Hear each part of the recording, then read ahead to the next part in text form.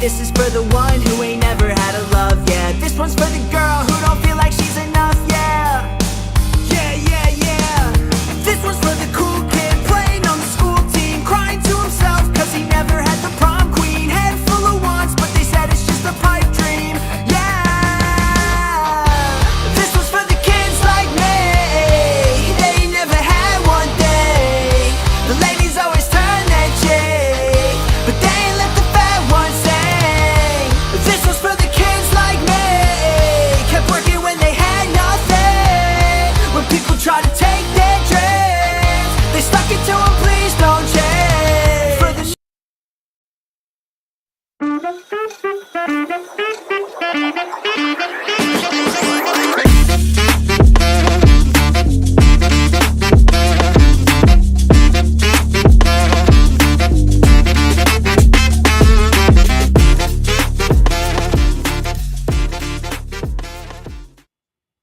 What is going on, everybody? Welcome to the Alex Cuesta Show. How is everybody doing out there on this Wednesday, February 18th, 2026, episode number 191?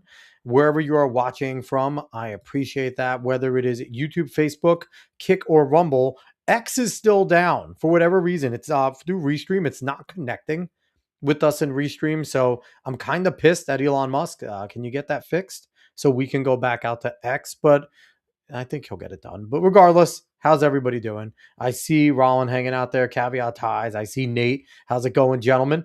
I'm excited to be on, as always. This is an off week for David, even though he wasn't here last week. This is his real work week. Last week, he was just beat with some schedule stuff. But I'm here, hanging out. If you missed last week's show, make sure you go back and watch it. I had Dr. Sweater on, aka Stephen Mitchell. You got to go find him on TikTok and YouTube. He's awesome. I know we had a great conversation about theology, the Bible, the connections. It was really cool. So make sure you go back and you check that out. And make sure you go find us on all of the social media platforms at the Alex Cuesta Show. Rollin right away saying, thanks for all the X shout outs. Of course, you listen, I try to support those that support us. That is the best way to do it. We're all one big, happy community and family here. So I want to jump to this week right away because it's always a good time when you listen to some of your favorite podcasts. And I make no bones. I listen to Glenn Beck, Tim Cast, Side Scrollers, Pack Ray Unleashed. Those are like my core four. And then I'll branch out if I see something cool. And those are usually the places where I try to go and poach guests. Because, you know, if you can get a guest from one of those shows, it's always a good thing. This is one of those individuals I was like, he sounds awesome. I've heard him a few times on Glenn Beck. Shot in the dark, let me ask. And it was funny because at first he was like, hey, I'm kind of skeptical on who I go on. And I understand he does some really cool critical stuff. But I'm honored that he decided to be like, hey, you don't suck. I'm going to come on your show. So let's bring him on. He is Ryan Mauro. He is the director over at the Mauro Institute and national security analyst. What is going on, Ryan? Hey, I'm happy to be on a show that apparently does not suck. So I mean, you were happy enough to come on. So I am. I'm very happy to be here. I will see whether I confirm that opinion that I have of your show by the end of it. I'll let you know. I mean, definitely let me know. Be honest. And then if it's not honest, I'll make sure I delete this forever and the show will never see the light of day, even though it is live right now. So anyone watching, I guess they could always go back and clip it. But Ryan, I appreciate you coming on. Like I said, I heard you a few times talking about Glenn and you cover some really, really cool stuff. Cool in the sense of like the work you dig and do, but not cool in the sense of the impacts, I guess, and the implications about some of it. Before we jump into that, I also want to give a shout out to the Christians out there starting Lent. I don't have my ashes. I'm a terrible Christian, but to all the individuals out there starting Lent, it has begun. So I appreciate everyone that's going in their religion. And I know Ramadan's going on, Lunar New Year. We're going crazy with all the holidays, but I'm a Christian, so I'm really giving a big shout out to Lent. So if that offends anybody, kind of sorry, or not really, but yeah. All right, Ryan. So I want to jump right into it. You're the director at the Mauro Institute. What is the Mauro Institute? What do you do? So Mauro Institute is basically my new nonprofit entity. It's technically a fiscally sponsored project of another entity, but to make it easy, it's a nonprofit. It's tax deductible donations, and it goes to all the different type of work that I do. And it's because I have several different branches. So I do the biblical archaeology, history research. That one group of people know me for. Mhm. I do the foreign policy, geopolitical stuff that another audience knows me for, and then I do the counter extremism stuff that also dovetails a lot with politics from more a political science perspective, like an academic perspective, rather than a political commentator, right versus left thing. And then that gets another audience. And what I found was that people, I think even including Glenn Beck actually, didn't realize that these were all the same Ryan Mauro. And it took years and years for people to realize that. So I brought it all under one head there at Mauro Institute. And then I've also done a lot of humanitarian work, particularly in Afghanistan. So I still do a little bit of that with helping Afghans who are Christians, or they're human rights activists, or they were trained by the U.S. military, fought alongside our troops, and are now either in a new country and struggling, or they're still hiding in Afghanistan. And to whatever small degree people are still willing to support them, Yeah. I'm happy to help them do that through my organization. So you do a lot of cool stuff, and I like to consider someone like you, and I'm happy that Glenn's giving you more shine on his show, where he's really making it known that you're a part of his team of researchers and things like that. I know Jason Buttrell gets all the credit because Jason does a lot of awesome work in researching and things like that for It's them. awesome. But you're one of the individuals I know he's been using for a long time because he's had you on a good amount of times, and I'm happy that he is giving you more shine because I feel like someone like you who goes and gathers all the information, does a lot of the dirty work, helps out a lot of the talking heads who are generally smart dudes, but they don't have all the time. And that's why they have a team and things like That's that. exactly right. Like Glenn, like the late Charlie Kirk. Obviously, Charlie had a lot of people, Jack Poso. And I know you've had, if you go and look on your website, it is cool to see all the attestations of just the who's who in not even just in the right sphere, but like in anyone that's worked with you before. So there's individuals like you that kind of keep all of us like talking heads over here rolling because I'm not that smart, but there's a lot of other smart guys out there Yeah, that, I'm not that smart either. I'm just concentrated. I specialize in something. Like this yeah, is really to the most cartoonishly extreme depiction you can have of me. This is the only thing I've done professionally or personally. I mean, like minimal. I have no other hobbies. Socializing minimally because I enjoy this so much. yeah, Just like I know for a fact that this is what I was supposed to do because I can't do anything else. So if someone were to think, "Oh, you're so smart," or it's just that you're so passionate, it's like not really. It's just I'm like a dog chasing a car. I can't do anything but this. So so over time, you do build up a big knowledge base. You build yeah, lots of documents and files because I can't memorize all of that, of course not. and you get a really good, I think most importantly, a feel for how adversaries of the United States think, and then Hmm. how to fight them back and the trends. There's a lot of those like beneath the surface things that take many years for you to detect, where you can be like, all right, I see where things are going in terms of a trend or what a certain actor is doing. That's a little bit more abstract, and it takes some time to develop that. So you have to research the information, but then you've also got to get a feel for really just how things work and what you're studying, and you've got to be obsessed with what you're doing to get that. I could see why you and Glenn get along because Glenn is definitely that way where he kind of tries to see all the trends and make predictions off of things that he's seen. He's very, if you've heard him over the years, he's very analytical. And there's people like you that I like to follow. Amy Mack's a good one where she's very hardcore in the research. Data Republican's fantastic. And for a time, and still there, James Lindsay's very good about reading a lot of literature from the leftist and dissecting it and trying to break it down in layman terms. I will still go back if I'm trying to really parse something that's like hard on the leftism, and I know that James has something in New Discourses on the podcast, I'll go listen to that because he's very good about Yeah, reading it live and breaking it down. And it's a good thing to have people like you there that are going to do thank this you. work and all this stuff. And it's funny because David's not here, and my brother every other week will host a show with me because he works overnights and his schedule flips every week, so he's with me every Wow. other week. But David has a thing where he has said that every single guy, we all have a little bit of autism in us. We all do. And I have more than a little bit, it's dude. because we need to focus and we need Yeah. to complete that one thing, but it's just like kind of the level, but like we all have that. And it explains a lot, right? Because Yeah. what makes a guy angrier when we're trying to do something, and it could be the most minuscule thing.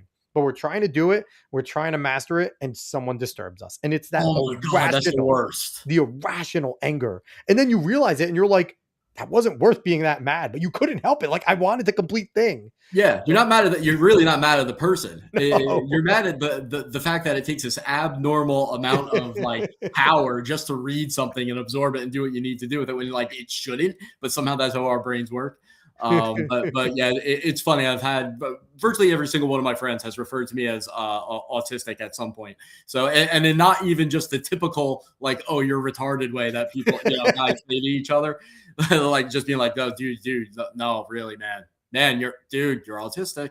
Like, You know what though? It's been historically not proven, but truly theorized that your greatest hunter gatherers back in the day were your autistic individuals, a society like the oh, really? heroes that we hear of, because if you could, they were so focused on being a master and they could memorize like this is exactly where you kill this thing, and they Oh, were the ones that were able to do it over and over because I worked with the autistic community, and one thing is if they're good at that thing, they are good at it. Like I had an individual I knew where we needed to keep all the electronics away from him because he was incredibly good at taking them apart and he would put them back together. We had to yell at him. You had to be like, hey, put it back together. Like we'd yeah. find remotes just in freaking pieces. And we'd be like, come on, man, we can't turn on the TV. And he would just like look at us and be like, put it back together. It would work better. But it's like, Yeah. but something that I couldn't even imagine doing. And he had like no electronics training, nothing like that. He just could do it. And so there is that theory that they were like the superior ones and like the great people we hear about that were like awesome. Like Achilles is theorized to be on the spectrum because he was just such a master at knowing where and when to stab and how to like, and I wouldn't be surprised. Yeah. None And of I that believe would it. I see that in my field a lot. yeah. You have a lot of people that are probably. I mean, I've been told by professionals I was on the spectrum. I don't know if I've been formally diagnosed, but I've certainly had that test when I was younger. And it's funny the way I realize it that I might have Asperger's, which whatever. Now that's public. Breaking news. Breaking news, guys. So basically the way I found out was there was someone who has it a lot worse than maybe something else that I was friends with. Yeah. And I was meeting with my other friend. She also knew him. And I said to her, hey, what's up with this guy? Like it's hysterical. Every time we go out, we know that something's going to happen in this certain direction. And she was like, oh, he obviously has Asperger's. I'm like, what is that? And she's like, just look it up. I'm not even going to explain. Just look it up and it's him. And so I'm reading it and I'm like, wow, not only does this guy have it, I have it.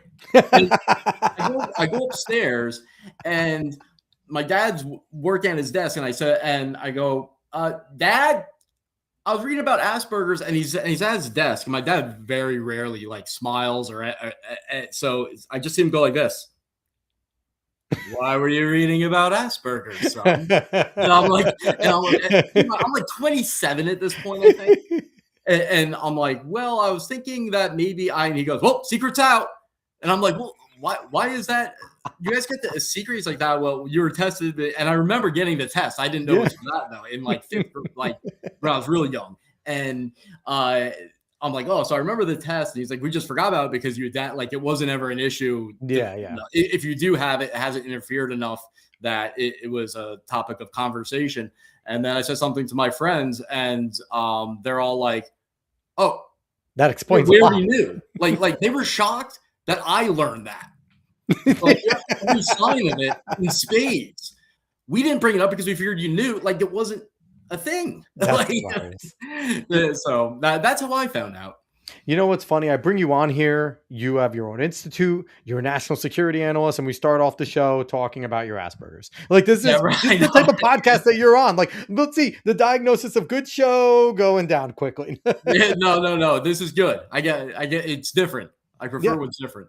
I try, but we're going to get into a little bit of the norm because obviously you talked about that this is something, you say it's not your intelligence, but you obviously have a passion for doing what you do, right? Mm-hmm. You don't do what you do. You don't dive into what you do just because you have Asperger's. There's passion there because, you could have it and you could be focused, but you could hate it, but you obviously enjoy what you do. So what made you at first get interested in looking up extremism and conflict security, all this type of stuff, the things that you specialize in? What made you first get interested in doing that? Uh, Honestly, it was just hearing about stuff on the news. Probably 1997 it started. If we but Clinton, let's see, the Clinton administration bombed Iraq in 1998. Yep. I really got into it then, but I knew a little bit before that. So let's say 98, 97. I was born in 86. So yeah, very young, like what was that, 11, 12. Yeah, you're only a few But years older than me. I was 88. oh yeah. So I got into it that way, and I got like my first computer at that point. So I started using it to just read about it, and it just took off. It was like that it just took me over at that point. And you obviously Family had had no patience. background in it. I had no, like, there was no influence leading me to it, and so that's why I've never had that moment in life where I had to say, well, with the exception of one period of time where I was going through unemployment, where I've had to actually say, oh, what am I supposed to do? Do I have a purpose? Like, I've never had to struggle with that because it's just, nothing led me there. There was no incentive. It's just naturally what I did when I first heard about this stuff. And then while everyone else was playing sports, and I hate sports. Sorry, guys. I don't get it. I would read about spies and stuff like that. That's awesome. Yeah. So I talked to Tracy Walder many moons back for sports, which is funny enough. You mentioned sports, but she wrote a book and actually heard about it on Glenn called The Unintentional Spy, where she became a CIA agent based off of like going to a job fair at like UCLA. Like, and they made her into like a CIA agent where she was interrogating individuals over during a Desert Storm, not Desert Storm, but yeah, it was Desert Storm, during Desert Storm and stuff like that. Like, I feel like you would enjoy that book because she talks a lot about I her would. time being an agent. Like, it's very cool. But it's funny. I got her to come on for sports because she was also a huge collegiate sports fan. So that Oh, that was a fun show to talk to her about that. But I mean, that's really cool too, because you hear, and obviously you're someone that's trusted in your field now, right? Like, you're considered an expert, and it's always fun because individuals like you, like, I know this is going to seem like out of left field, but I equate you to people who are similar to like your Bill Gates, your Bezos, your Musk, that you didn't need to go get this formal education to do what you do, right? To, right. you didn't need to learn, like, maybe you learned a little bit later how to research better, or you got better at your craft because there is techniques to where to look for, how to not waste time and things like that. Mhm. Um, but you didn't need to have this formal education to tell you about what to look for, how to like find it. And it's like really cool that and a proof in the pudding that anyone listening that is curious, like, do I need to go to college? Like, first figure out what you want to do and see if going to college has any purpose for you, right? Yes. Like, if you're not in the STEM field, I would say at this point, don't go to college. Like, there's some Yeah. most STEM jobs do need that degree in order to be considered. But again, even with that, Bill Gates started Windows without having any college real education. Like, I agree, and I say that as a former professor of over a dozen years for Liberty yeah, and Regent University. yeah, So, yeah, so I should be biased in the other direction, but I would tell people if you can do online college is usually a lot cheaper. You can get through it faster. It's less painful. as long as you're disciplined. As long as you're, yeah, I mean, sure, it fits your personality. Yeah, But if you're not disciplined, then that's also a good way to train your brain to be disciplined too. that's true. But if you fail, it's going to cost you a lot. But I would say go in that direction if you can. I mean, I got my degrees lightning fast as a result of that at a very good rate, minuscule compared to what other people do. But yeah, I was self-taught and then taught by other people by me reaching out to people. I had no qualms about emailing people if I had a question about something.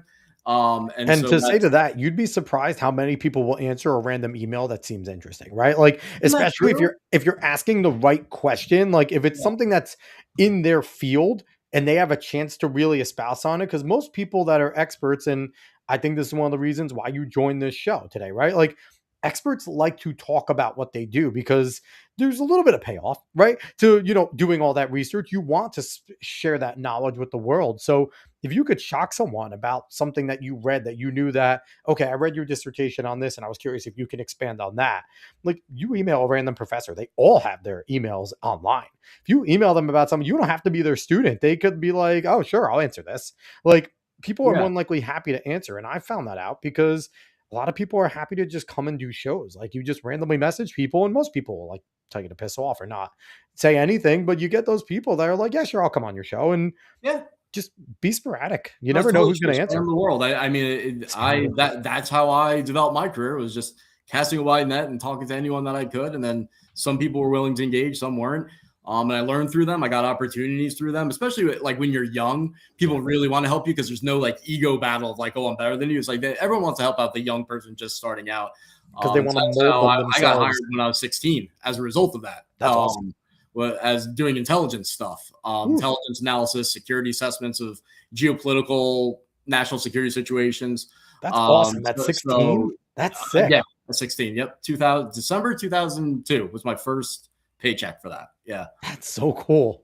Yeah, I know. It was, I mean, that was a God thing because it was just a guy who worked at my high school for very briefly. Yeah. And he was the head of ROTC. And I didn't do ROTC, but one of my friends who was actually one of the bad kids, which made it kind of funny because you don't think of like the bad kids being in ROTC. Sometimes their parents make them go in there to try and straighten them out a little bit.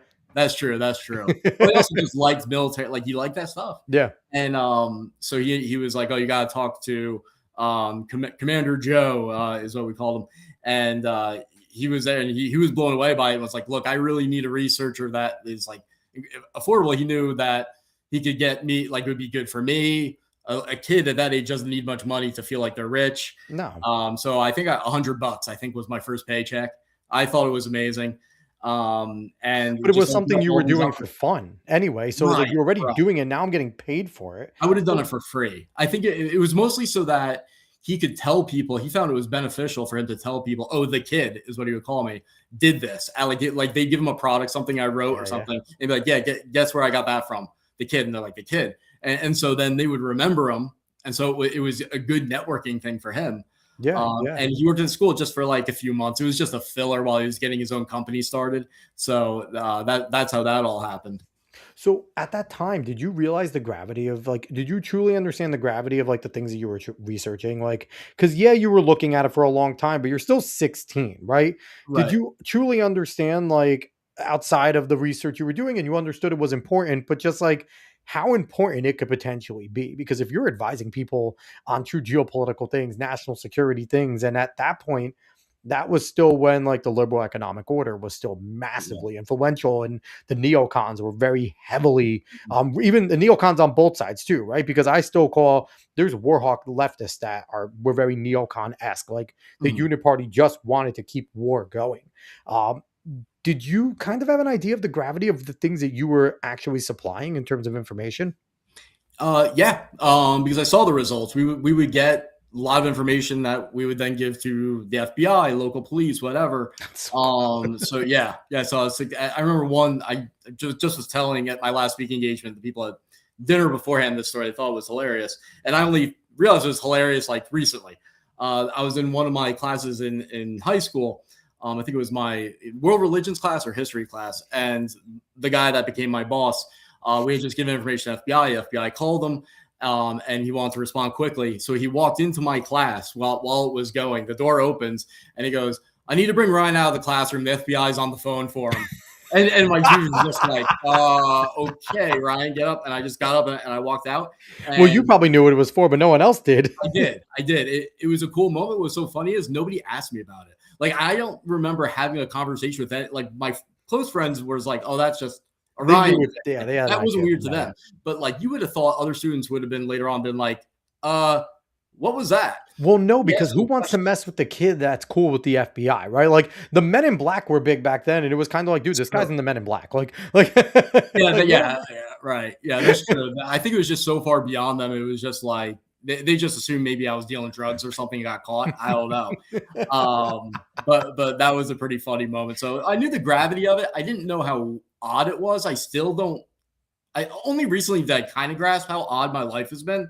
And I still think I don't grasp it fully because I'm still surprised by some of the reactions I get because I haven't been not Ryan Mauro ever.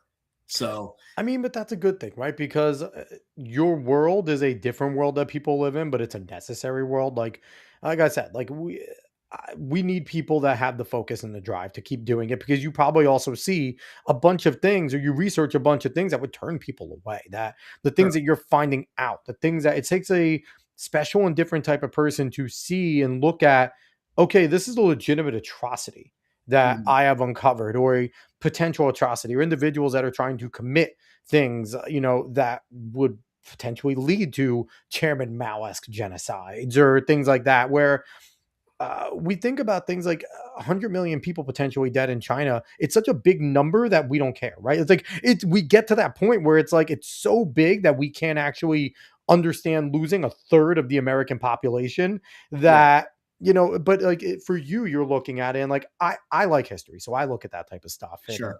I've read books about all that stuff, and it's like I understand, but I think for the layman, they kind of like put their head in the sand. So it takes this type of person to be able to do what you do. So I want to say what's up to Olivia Dasovic. How's it going, Olivia? If you don't know, Olivia is an awesome person, Ryan. She has her own show. She talks a whole bunch of good Hey, stuff. Olivia. But her husband is Brett Dasovic, who does Pop Culture Crisis, which is a really cool show. If you like any pop culture stuff, movies or TV, he's an awesome guy. I kind of do. Yeah. Oh yeah. So Nate coming in here saying my favorite debate ever was Scott Horton demoralizing Bill Kristol. Bill didn't know what he walked into. I mean, Bill Kristol has revealed himself as a really fake smart guy after Trump got elected, and Scott Horton is a legitimate smart guy. So usually when you get those, it was kind of like Pearl versus Anna Kasparian. You get the smart people versus the non-smart people, and that's how it goes. I personally know I'd probably never debate because I don't think I'd be good at debating. No, I I have don't like fun it just either. talking. I also Like, don't know how productive it is. I get that, like the appeal of it, yeah. like in terms of drama. But increasingly, I've come to think it's actually a net negative because it's so performative. Because it's not like you have two people coming together over the same information. It's kind of like, well, my study says this, and your study says that, and there's no way. Like, how does anyone fact check that? So you're really talking about a bunch of unverified facts because they may be verified to that guy, it might be right, but the audience doesn't know. Yeah. So like, where are you really getting? It's really just so performative, and it's usually ends up being the ones who get the most traction with that are the ones that are the most insulting, the most inflammatory. Like that is how you win now. So and that to me is, I mean, I agree with our adversaries that say that damages America. That's how you defeat America, is you hurt civil society by spreading BS and hatred and making them not able to have constructive conversations. So I've kind of, even though I watch debates because it's entertaining, I don't see in most cases the value above it, but I know the Scott Horton, Bill Kristol debate that where, I mean, Scott Horton is legitimately very intelligent. Yeah. I think Bill Kristol probably was. It seems like there was a personality change that happened later on. Sometimes that happens with people. Sometimes they're smart and then they get not smart. I also think he was a true neocon and a uniparty person as well. And then once that really shifted, he kind of didn't know where to go. And I think a lot of those Lincoln Project guys are very much that way, where yes, they were conservative in that neocon sense, right? And once the right kind of started going, wait, we don't like war either. Like, we're not in that vein. They kind of were all like, oh, okay, what are we going to do? The military industrial complex is folding, but now apparently the Democrats like war. So we're going to go there. They kind of went where it was a little more convenient with that. Yeah, I get that. But it's like, see, like, but it's a good example where like Scott Horton's very, I would never deny is very intelligent. And I would say actually in many ways contributes positively to civil society. Also negatively, I think. Not just because I disagree with him, but I mean, some of the venom that he spews, I find to be very counterproductive. But I've done some research into some of his past statements and stuff as he's gained more traction, especially since he was on Tucker Carlson's show. And I have found much more to be concerned about. But I hope that our country get to a point where you can disagree with someone, even think that they're dangerous even as an individual, not just bad ideas, but everybody has positive value that you can appreciate in most cases. Of course. So it's good to, highlight that you can disagree with someone, think their views are wrong, but if they're adding substance to a conversation, they're still a positive contributor. Of course. Yeah. And I can't stand the debate me bros. I would love to see a debate style where, say we have like an academic paper, right? Both individuals read it. The audience should then be encouraged to read it. Yeah. So then once they get there, it's okay. This is the paper. Like for me, take a person on both sides and read like Herbert Marcuse's Repressive Tolerance. Like it's a 12-page paper. You can get a lot out of it. It's a very influential paper, and then have them argue from their political side that paper itself, right? You can't cite anything else, just only what's in there. Only what's in there. Yeah, you could talk about that. And then if everyone else, again, it's a 12-page little paper, but it's arguably Herbert Marcuse's most important work outside of One Dimensional Man, which was one of his novels. and have the audience read it too. So then at least like maybe the audience doesn't understand a lot, but they can get enlightened to both sides as they're arguing from there. And I feel like that could be fun. I feel like you Yeah, keep it on that, like, here's a document, read it, let's debate that type of yeah, thing. and that's more of a discussion. It's not even, and I don't even like the terms winning and losing. Like I think that's part of what turned me off from debating overall was just Yeah. like winning and losing. What that's the framing that you put that on, like it doesn't match, and it makes it poisonous to begin with because it's like, well, I need to win. Like it just, I It don't know. becomes less I think academic it in that encourages sense. everything negative. Yeah. Yeah. Yeah. Yeah. I agree with you there. And it definitely becomes less academic in terms of nature. Like if you look at like debate teams are going to argue their stance and they're not necessarily going to disagree with the other side. They're arguing for their point, not like, and if They're not trying to figure it out. Yeah. no, It's no. not collaborative at all. But I mean, everyone's trying to figure it out now. If you have a social media handle, your whole goal is to just figure it out. So, Well, I might disagree with you on that because I think everyone thinks they have everything figured out now. yeah. Oh, yeah, they do. In the very age when everyone should doubt things the most because you have access to the most information, so humility should be at its maximum. Instead, you have arrogance at its maximum. You have arrogance, but then you have like the hyper skepticalism, right? Like you have Oh, the like, oh, we can't believe anything the government says, even if it's the government we voted in. We're yeah. not gonna. It's like for me, it's like I look at it and it's like, I voted for Trump 3 times, Mhm. and I'm not happy with everything Trump does. Like he pisses me off sometimes and says some things I don't like. I don't like some of the things going on with the DOJ, the FBI, but I'm also not going to sit there and be like, tear it all down. We deserve to lose the midterms. It's like, no, you idiots. The reason why I voted for these people is I don't want the other side to win. I will try to Right. reshape my side more by, doing that part. Like people are just, I think it's for clicks. If you're not polarizing, you're not going to Oh get yeah, more it's for clicks. clicks. And that is a huge thing. And maybe that's why I suck because I'm not very polarizing. I just kind of say, and Nate and Rollin have definitely been following me since I've started this show. I kind of stay the same way. And if there's something to make me change, then I will make sure everybody knows why I'm Right. changing. It's not going to be drop of a hat, but I mean, again, social media just needs to go away. Yeah, I know. It's really bad. I think over time it can become a positive. Right now, it's an incredibly negative thing. At first, I thought it was incredibly positive. I think there was a brief time, like the days when Facebook, you would go on there and you would just see the latest post that your friends made. Yeah. So Yeah.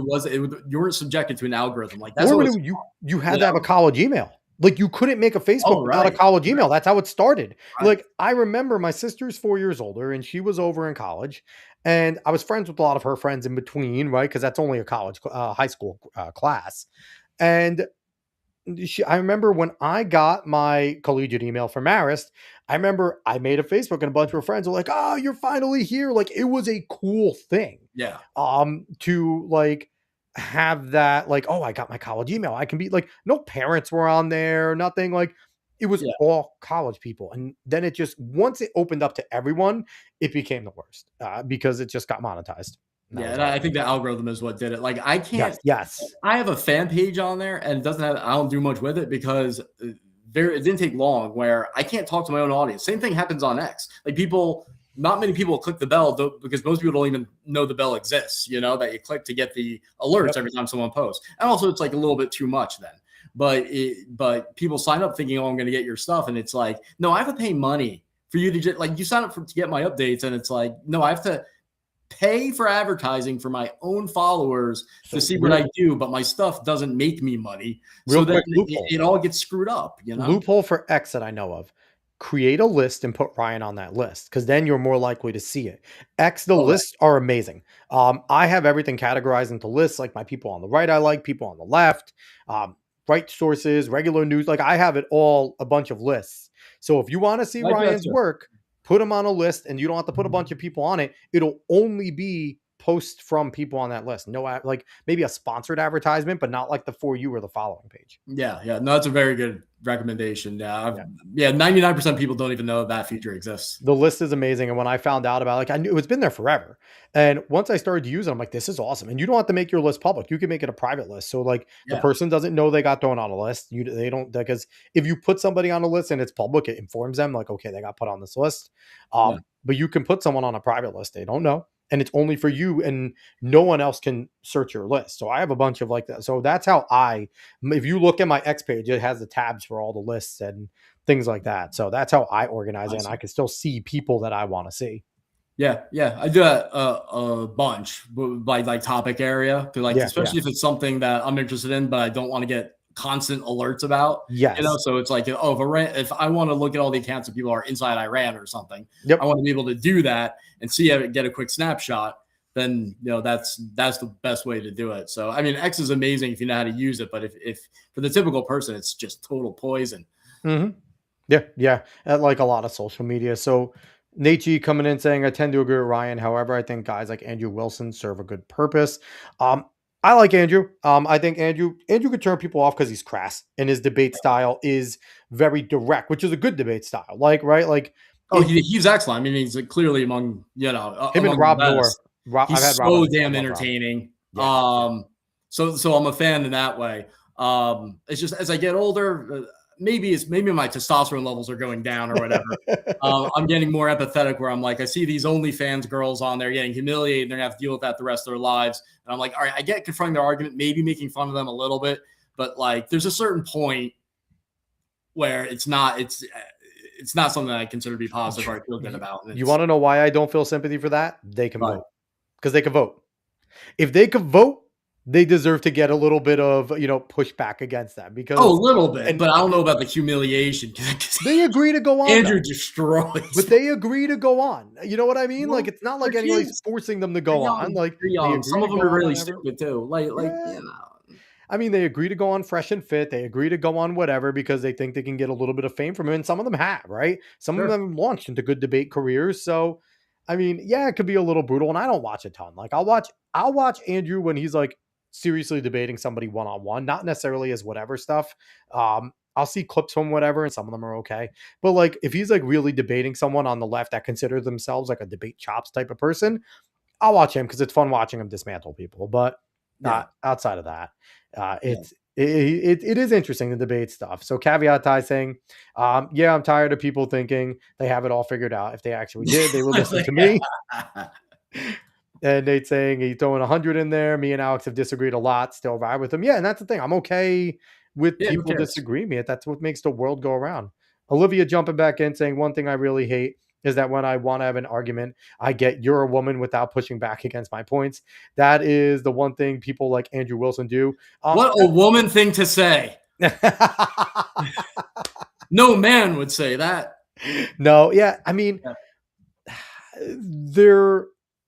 it all depends on the topic too, right? I think it really depends on the topic, on whether or not something where it maybe is something where me and Ryan would inherently understand because we're both guys, right? And we can talk on it. So there is certain things where we're like, you can't understand that. Where there's certain things with women that women do. If a man's trying to enter into that debate, it's like, We're clueless. like we don't know. And we could try and talk about that space, but if a woman turns around and goes, guys, you have no idea. Like, it's like, yeah, we don't know. Like, I don't want to talk about period pains. I don't want to talk about a lot of like socialization things and gossip things. Cause guys don't like to do that. Like, again, artisms keep us in our lane. It's like, my female friends have corrected me on things and definitely changed my mind, when they have to do it in a certain way, but it'll, but they have, generally speaking, just a very different brain. Which is a good thing. We need in a constructive way. I have found it very beneficial. But I've never seen Andrew say anything, do the whole you're a woman thing. The tone, I think what you're trying to do, Olivia, is describe is the undercurrent of his tone and not what he's literally saying. And I understand that. I know what you're. He definitely talks down. I'm not invalidating the way. And does it seem different when there's a woman? Yes. But I also see it if it's someone who's a liberal, where it's a little bit like, a little too focused on winning and demolishing someone instead of being like, oh, well, I kind of see a nuance in what you're saying. It's like, but I mean, I guess but that's part of his debate tactic, right? And it's part of it is you don't give an inch. I'll grant your argument, but now we're going to stick to mine now. Like, sure. And it's a debate tactic in that, right? It's like, you don't see the nuance, because if you see the nuance, and that's admitting a little bit of hole of light. And if they're a good debater, they take that hole and they open it up, right? So it's a debate tactic. That's a in good that point. sense. That's a good point. The person you're dealing with it's a little, because it will then get sidetracked and focus solely on And that, and especially a then leftist. The really leftist, not productive because you're focusing on that one area of like yeah. nuance where words are limiting. So I get that. I mean, I guess it's just one of those things where there's some things that work for me and some things that work for other audiences. Of course. You know? Nate, you saying I don't like his whatever stuff. I like his blood sports stuff. Yes, the blood sports. And listen, you go into blood sports and they are going to tear each other apart. Like that is just what they do. Olivia saying it's even better when I say something they actually agree with and they go, "Oh, so you're based. Sorry about that." And suddenly think I'm cool. I will say this, and I will. That's pretty funny. And I will give it to Olivia. Olivia is based. I had Olivia on a few episodes ago, and it was a fun show. We went 2 hours long, and we probably could have went another 2. Olivia's freaking awesome. That's pretty funny. She's right. She's right. I didn't think of that before, but yeah. Oh, you're pretty big. Oh, it is funny. Like you on X, especially like a conservative woman who I know is conservative. Like I think this happened to Chrissy Mayer not too long ago. Chrissy said something, and someone was like, "That's something like a leftist, like you would say." And it's Chrissy Mayer, and Chrissy's like, "I don't think you know who I am." Like Chrissy's one of the most based women ever. Funny. Nate saying when Andrew and Rob felt destiny and Azilk net positive. I mean, anybody felting destiny is a good thing. He's terrible. Olivia saying liberal women are a different breed, though. That is very true. Caveat, I don't even know which Andrew you guys are talking about. Andrew Wilson, Rollin, keep up, damn it. And Nate G saying the Crucible Andrew Wilson, very big YouTuber. There you go, politics and culture. So, all right, thanks, so guys, for all the comments. Let's get back to talking about Ryan here, because I want to know a little bit about what the Global Seditionist Movement is. Now, I've heard, and one of the main reasons I want to have you on here is because every time I've heard you on Glenn and stuff, it's a radio show. So you get 5-minute snippets at best. And if it's a half an hour, it's cut up because he has a lot of different breaks and stuff. I want you to, get into a little bit. What is the Global Seditionist Movement and the Turtle Island movement, all this type of stuff that it encompasses? Sure. So I think we're at a point where after 9/11, for years and years, everyone's like, well, what do we call the threat? And it got into a stupid place because it just got stuck on those semantics. Yeah. I mean, the core of the argument was, is this an ideology or not? But it turned into like, oh, do you call it Islamic extremism? Do you call it radical Islam, Islamism? And it just like went around in circles. But I think that we're now at a point where things have changed enough that even terms like red-green alliance that people use to talk about what's called the far left, I hate that term, but more like the communist types, and then the Islamists, even that needs to be updated now. The horseshoe theory, I think, needs to be updated. The horseshoe theory is where, just like a horseshoe, the idea is that the more extreme you go to one side, the closer you come to being the other side, but they don't cross over, though. So I say it's now an oval theory because it's now coagulating into one entity. And so instead of talking about, oh, we're fighting extremism, we're fighting, all these different extremes and far left, far right, and getting into that, just because I've been so narrowly focused on this threat and this ecosystem, I've realized that I just view this so differently than other people in terms of categories. It's interesting because we talked about this pre-show, right? Where like people think far right is kind of like your white Christian nationalist, heavy Christian like based, and then your far left is like your communist. I throw fascist in on the far left because fascism's leftism and things like that. But then you see that they're all collectivists, and they all end up coming around to that collectivist lens where if they just talk, they would agree and they would just go their separate ways, right? But the issue is they wouldn't agree because in the end, they're all seeking to have ultimate power. Like the branch that brings them together is authoritarianism. That is kind of where they link arms, but it's who's in charge is where they clash. Yeah. Well, the one thing that has changed there is that there'll be some anarchists that are part of that. And they would say, no, we're the most anti-authoritarian thing there is. But when you talk to them about, well, how do you get there? Usually there's a period of authoritarianism to get there. But it's like, anarchists, there's all of these. And this is why, like, when I look at like the political theories, I talk about mature theories and immature theories. That's how my brain thinks about it, right? Like communism is an incredibly immature theory. We're all going to play nice because we're all going to have our stuff. Anarchism is an immature theory. Like there's no one that's going to be in charge. And even I go to like perfect libertarianism, incredibly immature because they're looking for this utopia, right? Like where, while, capitalism and like the style that we have now can be perfected, right? It can be better. And, republicanism can be better. It's the most mature because it kind of takes into account real world stuff as it comes in. There is nothing saying like it's a utopia. Like, no, we're going to work towards a more perfect union, but we're never going to be a perfect union. We're always working towards it, but it's not possible to be a perfect union. And that's the way I look at it. Is like when you're really looking at these extremes, it's like that's a bunch of immature people looking for their like ideal situation. They all have a destiny, whereas with capitalism, what's built into it is like, hey, we're not always going to be right, but we want to constantly improve with as risk much and failure is in there. Yeah, it's as much freedom as you can have responsibly without being silly. Yes. And so, there's a collectivist element there. But I would say that even some people, like there's some democratic socialists who I know, not so much democratic socialists of America, but I mean like democratic socialists like during the Cold War European sense that hated the communists. That are like, they might be more collectivist, but they would fall outside of what I consider to be the threat, because it's like they think you should have higher taxes and more social programs. It's within a certain scope where they're saying the Scandinavian Nordic model. Like Scandinavian Nordic, like, a little more welfare state with free market kind of principles. Yeah. And some of those people will call themselves socialists. Actually, I don't think they are. It's actually, I would say that's still capitalist. The terminologies are annoying, but basically you have what I call the Global Seditionist Movement. And that's because it's what unites all of these different, the far left, far right, the Islamists, who are all just so similar. When I monitor their extremist chats, I forget which one I'm in, because I'm in close to 1,000. How do you get into them? Do you just ask and they let you in? Like, is there any sort of like test that they give you, like to know if you're one of them, or you have to answer some questions? No, I just join them. If I'm doing intel stuff, then I need to infiltrate them. That takes more time. Usually you can get in. So have you ever listened to Glenn about 10, 15 years ago when he first started to talk about the fact that we're going to get the anarchists, the communists, the leftists, and the Islamists are going to join a coalition? And everyone laughed at him. He did this in Fox News on a chalkboard. Were you aware that he did that? Or did you also come to this kind of conclusion on your own as well? Yes, but I remember it. I failed to appreciate it at the time because I think we all did. I grew up with it so much that it didn't seem. Well, Ryan, you went out for a second. I don't know what the hell happened, but you're good. You're back. Okay.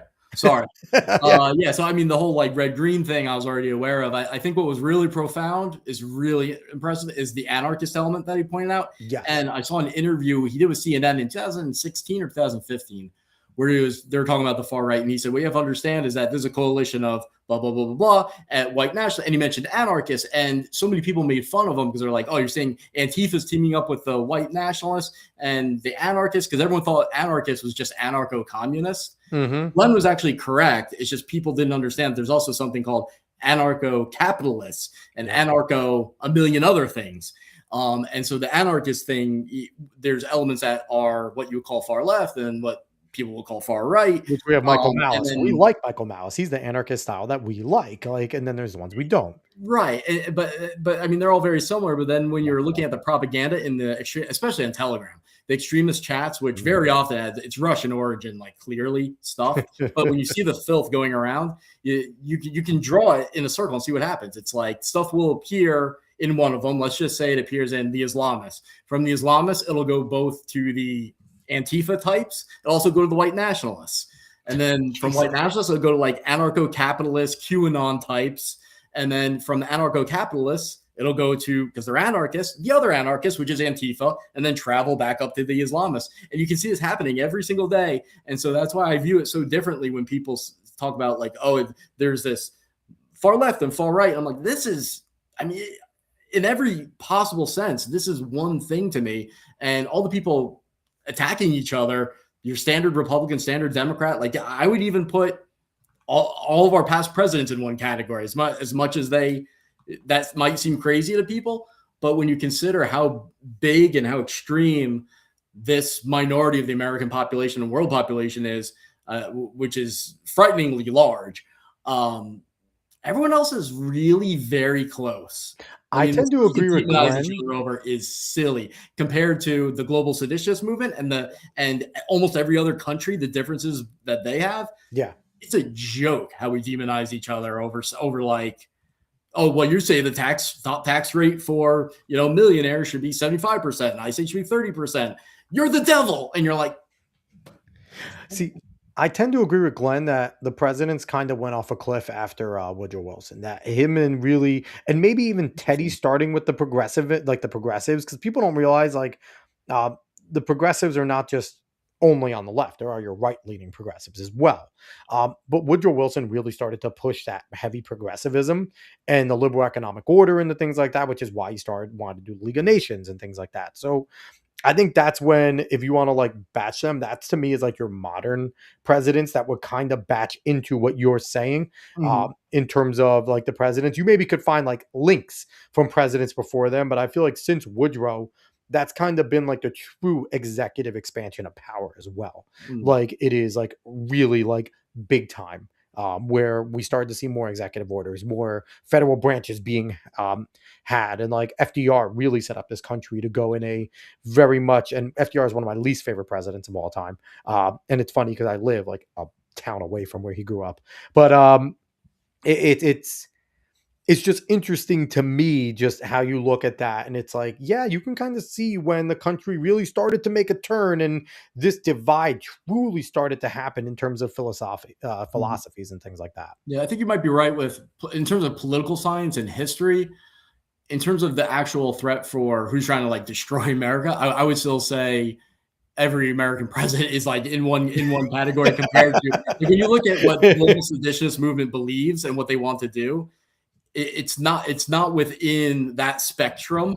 Mhm. It's so far outside of it. Like you have the I call it the Turtle Island Intifada, which is like I guess you call them far left, but like they would say they want to destroy left, like the left, and they hate the Democratic Party, so it's not really. But Well, the those are like left the hates the Marxists, left. the anarchists, the Islamists, the Turtle Island Intifada. I can explain that. So that's like the far left component. You know, the Yeah. far right component that the best term I can come up with as of right now is the reactionary nationalists because they identify as nationalists, but it's not patriotism. They want to make it sound like they want like a white ethno state or a feudal state or there to be a czar like Putin. And they want to rewrite the And Constitution. A lot of them talk about like rewriting the Constitution. It's like, okay, no, you're nothing like us. they're Like we not have like an nothing. amendment, like ripping No, it. rewriting it, ripping it apart, like, Yeah. and like we're like, we would call for like, okay, we want a convention of states to like improve the federal government. They're like, we want a convention of states to destroy it and rebuild it completely and totally. And it's like with the king, like a lot of them talk about bringing back kings Yeah. and stuff, and it's like you're fucking weird. No,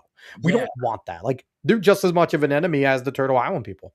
Absolutely, yeah. So there's that. There's the Turtle Island Intifada. There's the reactionary nationalists, and then the third component is the foreign axis of sedition, Yep. which would be like the foreign governments, some foreign groups like Muslim Brotherhood that are really engineering a lot of this because a lot of this is not homegrown, even if they are American citizens. It's Mhm. foreign ideas being pumped in. They're bad ideas that are subsidized by foreign intelligence services and foreign propaganda. It's a product of money and strategy, not merit. And Yeah. that does come from overseas, and it just gained enough traction that we think it's a domestic thing. But actually, these ideas aren't American. They come from outside. So those are the three components of what I call the global seditionist movement. And when you frame things like that, and hopefully eventually people are able to accept this as like a mainstream thought, things just like become a lot easier in terms Yeah. of saying, oh, well, that guy, I may not like Young Turks, but Cenk, well, I may really disagree with something he's saying, but like, is he trying to destroy America and burn it to the ground? I'd point to Anna more than Cenk in that. Yes. Because Yes, that's true. I do think Cenk is a bad actor. Like I know like people have like Like he's like you can kind of be a like, bad actor, but not be a. yeah, like I do listen, I think Cenk understands that he's a, I think he understands he's a limousine liberal. Like that he knows that he is a, yes, he wants communism, but as long as he doesn't have to participate, right? Like he's that Mhm. type of guy. Like he knows what he wants is for everyone else but him and his wealthy friends. Like I don't think Cenk is dumb. But I also, like I said, he's someone that like I like that Cenk Uygur is willing to engage. I like that Anna Kasparian's willing to engage Yeah. and talk to us, which is very different. And not just, Cenk yells, but that's just Cenk's style. He's an Alex Jones type of guy on that side where Yeah. he gets worked up and he yells and you kind of can't take him to heart because at the See same him at the time, airline. yeah, yeah. Yeah. I mean, so yeah, no, I agree with you completely on that. And so here's the thing. You're looking at it, we have basically these three main factions, right? That are kind of, I guess, Oh, it's all competing. one entity with three components. Yeah. Yeah, one entity, three components. And again, as we've always figured out with this type of entity, with these components, when they finish their job, they're all just going to cannibalize each other, right? They never fully stay as a component. So it's like, and here we are as the fourth component, and we're the great evil. That's what they all consider us as, right? Because we are that bastion, which is part of our problem, that we are the freedom base for the most part. Even with our lack of freedoms that we've had now, we're still significantly freer than, I think, as we're finding out, everybody. Considering our Western friends, who we all thought were like, they have a little bit differences, but they're free like us. It's like, no, Canada, Australia, the UK, like the Anglosphere has also fallen. So like we are the final bastion. So what the hell are we truly up against? You just described the groups. What are they trying to do? What are some of the angles that you've seen that they've been doing to infiltrate us? So instead of invading, it's about amplification. That's how they invade now. So there's intelligence services, and I'm sure still do old school style covert, send in an operative, recruit someone. Of course. I don't know that's necessary anymore. If you know how to manipulate an algorithm and place people near someone, and just create a chain of influence where it's like, I've convinced this person that Putin is wonderful, or that the Chinese Communist Party is wonderful. And you can do that without having to send an intelligence officer to actually go and cultivate that. That's way better. And I think that's what's happening, is that people are expecting subversion to look like the Cold War, when really that was a long time ago. You don't have to do most of that now. Yeah. All you have to do is get inside their brain, get inside their echo chamber, see who bites, radicalize them, and then if you want to move in a certain direction, then send some of your trusted friends who may or may not be intelligence officers, but like someone like Alexander Dugin, who is known as Putin's brain, who's like one of the worst people in the world. I don't think he's smart. I read his stuff is wacky. His books, it's insane stuff. Not just like, he's very good at anti-Americanism. I mean, he says all sorts of crazy stuff that doesn't make sense. And yet somehow, and I knew of him so far back, and he always said that the way you beat the U.S. is you poison and destroy civil society. That is more effective than a nuclear attack, actually. See, with Dugin, I don't think he's necessarily smart, but he's consistent. And I think that's what kind of like his message, while you can word salad it, he word salads a ton. It generally has, like you said, a similar message on this is the way to do it this way. And it always comes back to his central message.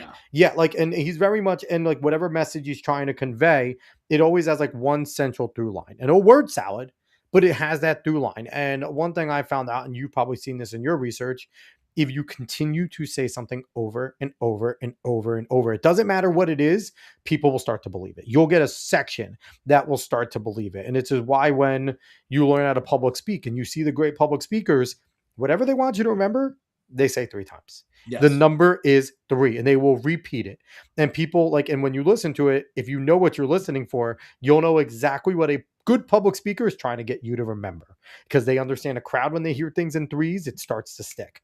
And I think that's Dugin. While I agree with you, he's not a bright dude in that sense, like where you're thinking about like high level intelligent thinkers. He definitely studied Goebbels and in the way of like propagandizing, and Goebbels was big on that. And the one that invented, subliminal messaging and propagandizing in America was, I forget his name. I know people talk about him all the time, but that's what they're big on. Say the same thing. Say it over and over. A similar theme, but then he also contradicts himself constantly, where like I just put out on X.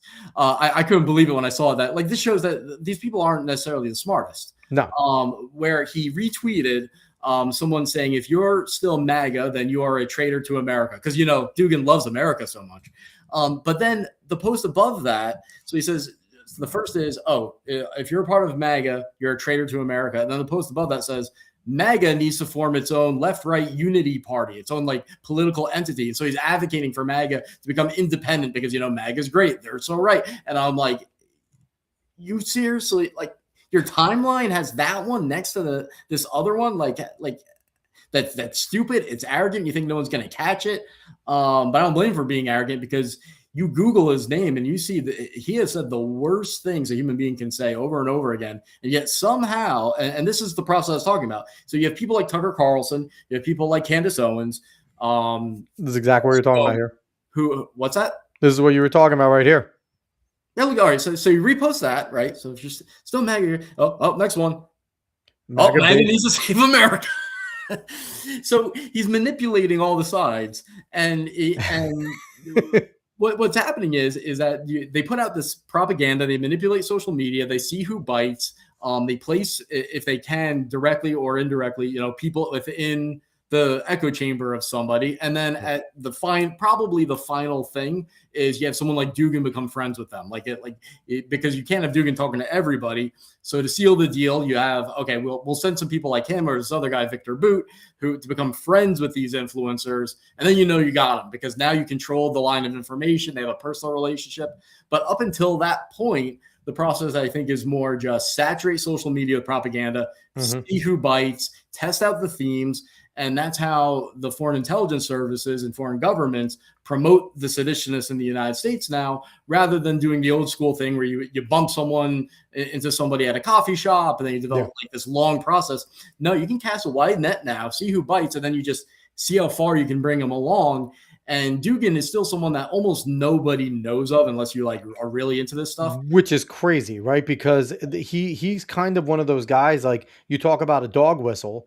Dugin will say something there and it'll ripple to what leftists talk about here, right? Like he'll kind of send the message, and then all of a sudden I feel like the New York Times is like, Dugin posted again. Here's what we have to tell everyone to say. Like it's like, and it used to be crafted for the left. Yeah. It was all left-wing messaging, and then it switched. 100%. And it's he was that tight. So do you think what Elon Musk is doing on X, with that first being able to see where the source of somebody's profile is, and also now potentially being able to say like, hey, I only want to see people from this country posting or that country, like you can kind of do a flip. Do you think that's going to help? Because obviously people can do VPNs and things like that. They can mask where they are, but that's now making them at least work a little bit more to do it. Do you think that's going to help in terms of what you see with the propaganda flooding? I think it already is. You see it especially with the gropers too, when you have a lot of those people with the frog coming in attacking you, and then it's like, so all the accounts say that they're like in Mali or something, or Uzbekistan or something. Uzbekistan, like yeah, right. And you're like, all right. Fuentes maybe has like 6 followers that are American. They're all like bots from somewhere else. Yeah. One thing he should do is he should go. I don't know why he got rid of it.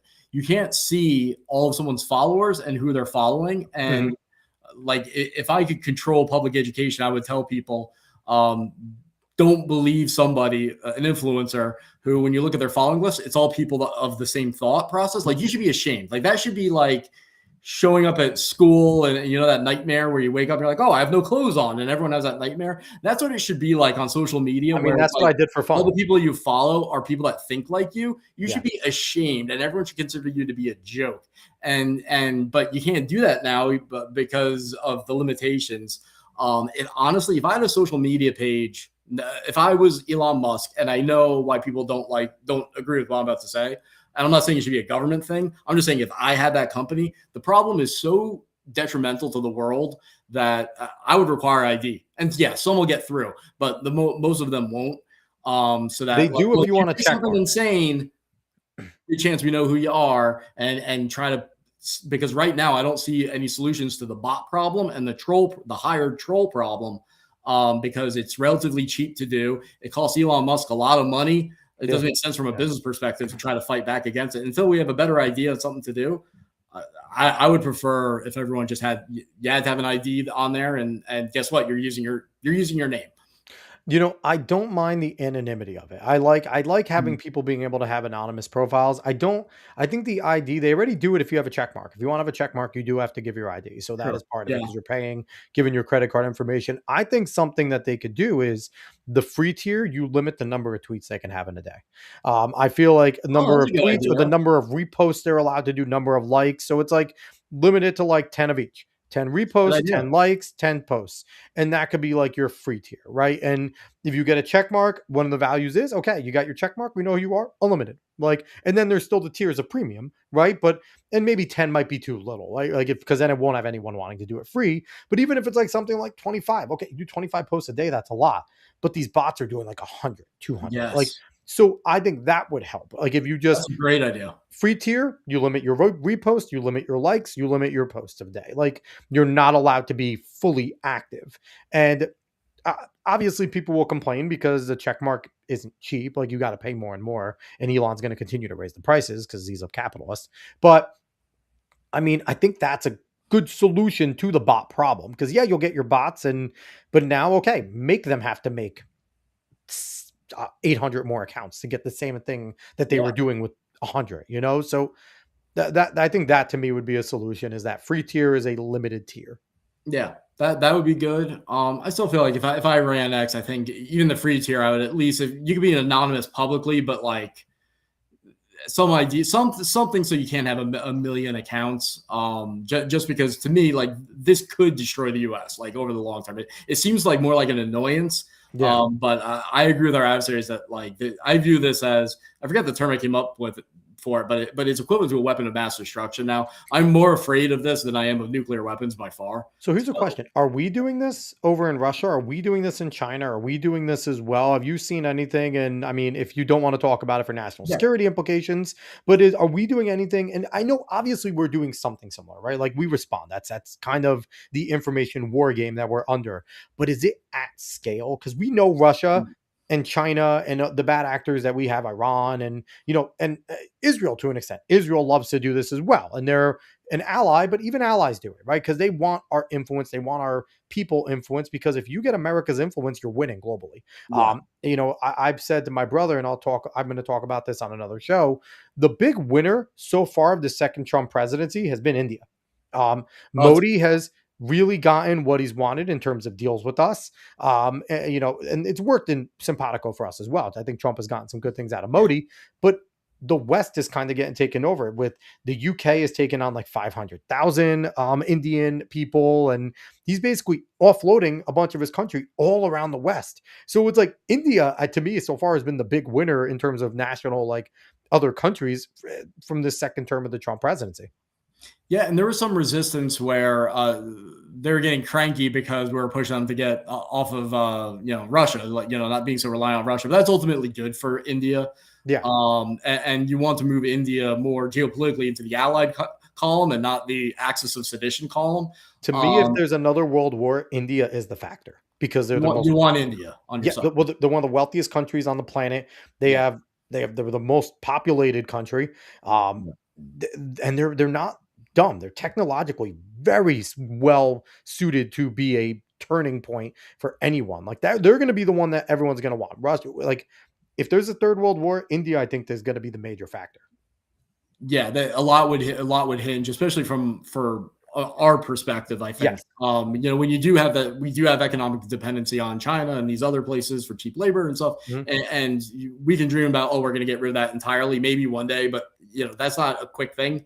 No. So moving things from China to India makes strategically all the sense in the world. Hell yeah. Logically, India should be more allied with us. I mean, I consider them an ally, but it's not like, the US and, Germany and the UK. What are we going to do about all the scamming though? Like it seems to be something like the scamming from the Indian. Here's the thing: you talk to fellow Indians, and they're just like, "Yeah, that's just kind of how we are in India. Like that's just what it is. Like so is it like tough because like I think people look at China, and even though China we know has had checkered past, like they're not a good actor in a lot of ways. I think we look at Asian culture as a little more of like an honorific culture, right? So we think of that, like, and I think we kind of associate those where it's like, I think we look at India and it's like, a lot of Indians will tell you like, no, I don't trust many of them either. Like, and it's like, it's not like a knock on like all of them, but it's like, so is there some sort of like cultural thing there where I think we have a little more like simpatico-ness with the Asian culture at times than we do with kind of the Indian culture? I don't know, because I mean, China steals everything. I mean, like their economy is stolen American and European stuff. 100%. I mean, to a degree that's way beyond anything India does. So I don't really know, but I mean, in terms of corruption and stuff, if you follow some of the news out of like South Korea, Japan, China, it's just like almost any other. I mean, it's worse than other parts. Some other parts of the world. It's definitely not the worst. Yeah. But it seems like that's more just American culture. I mean, we have a lot of honor. Yeah, we have a lot of corruption and stuff. But the more I learned about other countries, they may have the same moral baseline, but the reaction to violations of those morals sometimes are a little bit more muted.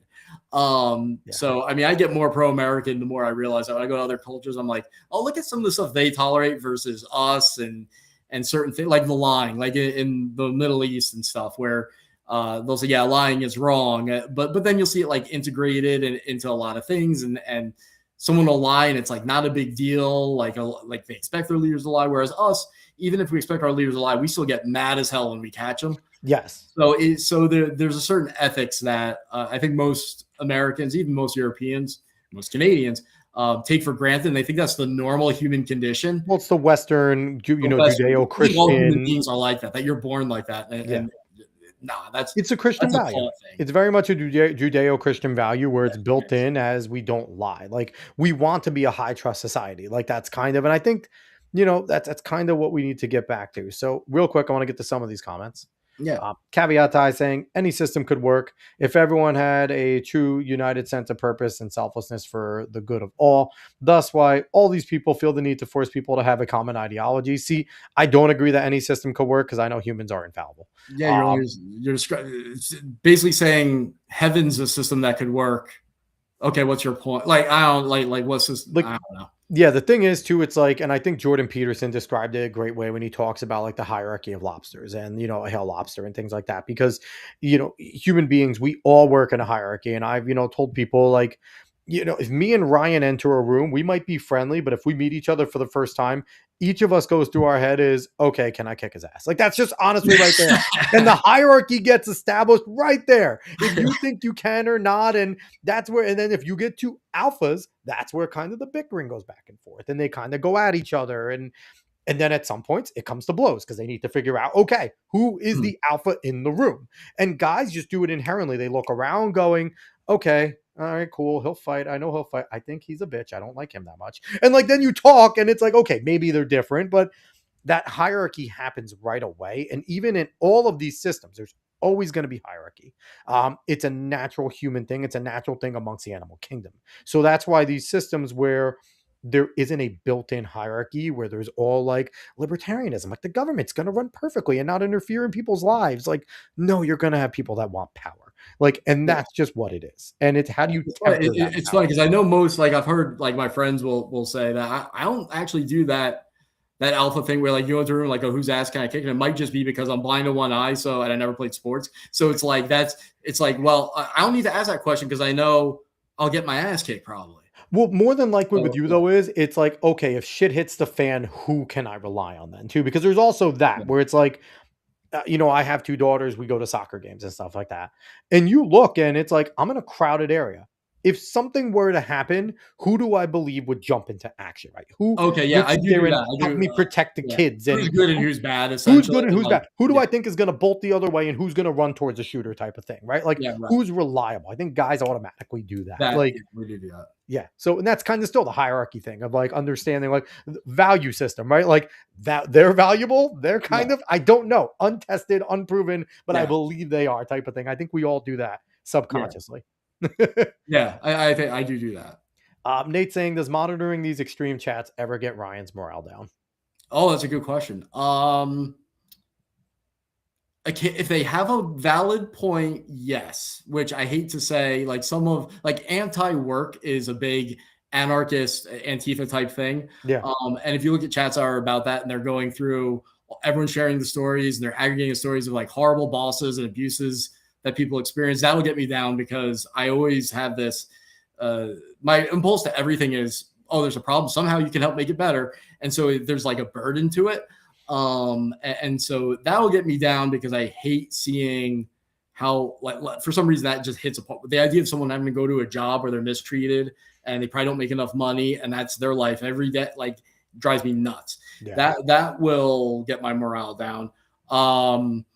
But overall, my morale is usually very high. And I think it's because Well, if you look at my career, there's been a lot of high positive impact things that I've been involved in. So it's like I study something, but I also get involved in a solution, and Yeah. that's how I cope with it because I'm like, all right, so I'm not just studying a problem. I know that I and other people can pretty rapidly improve almost anything if you have the right idea. So there's empowerment to it, and then the other part is the bad guys tend to lose. They Yeah, really. that's It true. might take some time, but they almost inevitably lose the really bad people. So yeah, and the broader trends, like one of the interesting analysis I have now is that like in the Middle East, things are going very positively, just as Yeah. things are going negatively in America. Whereas there was the time, especially after 9/11, you're like, oh, things are actually kind of going positively culturally with civil society. Oh, Middle East is going hell. And now it's Yeah. like reversed, where it's like I'm more optimistic now about the Middle East than I am the United States. That's crazy. And it's funny too. It's like the thing that gets you down is like individuals suffering in terms of their lives, Yeah, where you're looking at like, oh, global attempted dominance. It's like, all right, that's just my mission. That's not yeah, going to that's get me down. Like, you're like right. You're that, right. that's Yeah, the thing that other people would look at and just be like, wow, what am I going to do? I'm just an ant. I can't control that. But yeah, the it's people complete with their reverse. jobs, You're right. like it's like you're like the reverse. Like you Yeah, want to take it by individual basis. yeah. um, caveat ties saying, but if it wasn't for bots, I wouldn't have any followers. I think that's some of us. Uh, Nietzsche saying, do not redeem. And then looking at you, Cash. Oh man, Cash Patel's getting it everywhere. Listen, Cash Patel, if they do not come, if him and Pam Bodney do not come out in the next few months with a bunch of high profile arrests, they need to be gone because if they can't dig up with, I get it. Just because an internet sleuth goes through things and says they have something, the people in law enforcement need to do the job and they need to make sure they have a rock solid It does case. take a long It time. This does. stuff I've been involved in a lot of investigations. It takes a long time, but some of this is also kind of like you can accelerate things and give Yeah. updates. You can give vague updates and be Yeah. like, "Look, they're not, yeah, like there's more that can be said," but I don't know what is. Like we don't know where the obstructions are. Do we know it's necessarily Here's Cash? the Do we thing. know it's Pam Bondi? Apparently, Do we know maybe it's Trump? Maybe it's someone. I don't know. well, it looks like it's Todd Blanche. It really looks like it's Todd Really? Blanche more than Yeah. anything because Todd Blanche is not he's a lifelong Democrat. And it looks like, and he's the deputy AG Yeah. under Pam Bondi, and he has gotten rid of people. He stopped task forces that were being built. Like it seems like Blanche is the problem, which it's obvious, and I don't know why Trump hasn't gotten rid of him. But the thing that pisses me off with Cash and everyone else is the dude wrote a book about all the corrupt individuals that he knew, things he did, things that they did, and he wrote a book about it called Government Gangsters. And not a single individual from Government Gangsters, it seems like, has even been investigated. And that to me is where it's like, okay, you talk the talk, where's the walk? That's, I think, what's pissing people off about Cash. Yeah, I guess I'm just so used to things taking so long that Oh, and to I get me, it. yeah, but that I just the idea that this is proof of like, oh, that they don't want to do it is just, I mean, there's been counterterrorism stuff I've been involved in where it's taken years and years and years, and you're like, this is smoking gun, and it's like not nearly as high profile as some of these more complicated cases. Yeah. So I'm more patient. But after Todd Blanche, what's interesting though is that when I released my report about Soros's network Yep. funding domestic terrorists and pro-terrorism groups. And I released it on Charlie Kirk's show 1 week after he was assassinated with Glenn Beck. And then Glenn gave it to the president. Mm-hmm. And then just within 3 business days, the New York Times was reporting that the Justice Department was launching investigations citing the report that I wrote with Capital Research Center, which was awesome. That's pretty cool. But Todd Blanche was the one who wrote the memo that went out to the DOJ offices, at least 6 of them across the country, saying, based on this report, prepare for investigations into Soros's network. Interesting.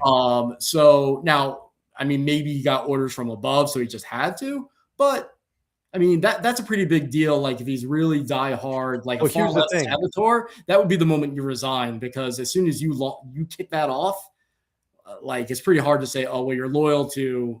But here's the thing: launching the crazy investigation. cause, But you you know? may be but here's the thing: as a saboteur, there, if you're really a Soros saboteur and you know that there's a true believers, he's ready to take the arrows, right? That's the thing. Yeah. He's ready to take the arrows. So, yes, I am going to launch the investigation. But as it's going on, if I'm the saboteur, I'm going to do as many roadblocks as I possibly can because I did my part. I'm trying to look as neutral as I can. I'm trying to look like I'm doing Trump's bidding. But here I'm going to do, okay, memo here. You're not allowed. Okay, I'm calling off this part of that. I'm Right. calling. Like, so there is ways that he can still, and I forget what it is. Someone had a list of the things that Todd Blanche has done Yeah. in Yeah, I'd terms like of to like see it. I'd like to eh, see it. I'd be interested. But the thing is that it like he still has to think about life after the administration. yeah. And it's easy to think, okay, so you're a saboteur, so you're in there and you follow the ideology from the inside, which can happen. But unless he has record of how he did all that, which could potentially get him in a lot of trouble, then that means when he's out, he's now alienated all of his left-wing business partners, his friends, Yeah, his it's interesting. family. So that's a remarkable level of dedication. If that were to be the case, to say, okay, I'm going to pursue a pro-Soros, pro-Antifa agenda or whatever from inside the Trump administration. But if you do that, then when you come out, everyone who you think's on your side is going to absolutely hate you.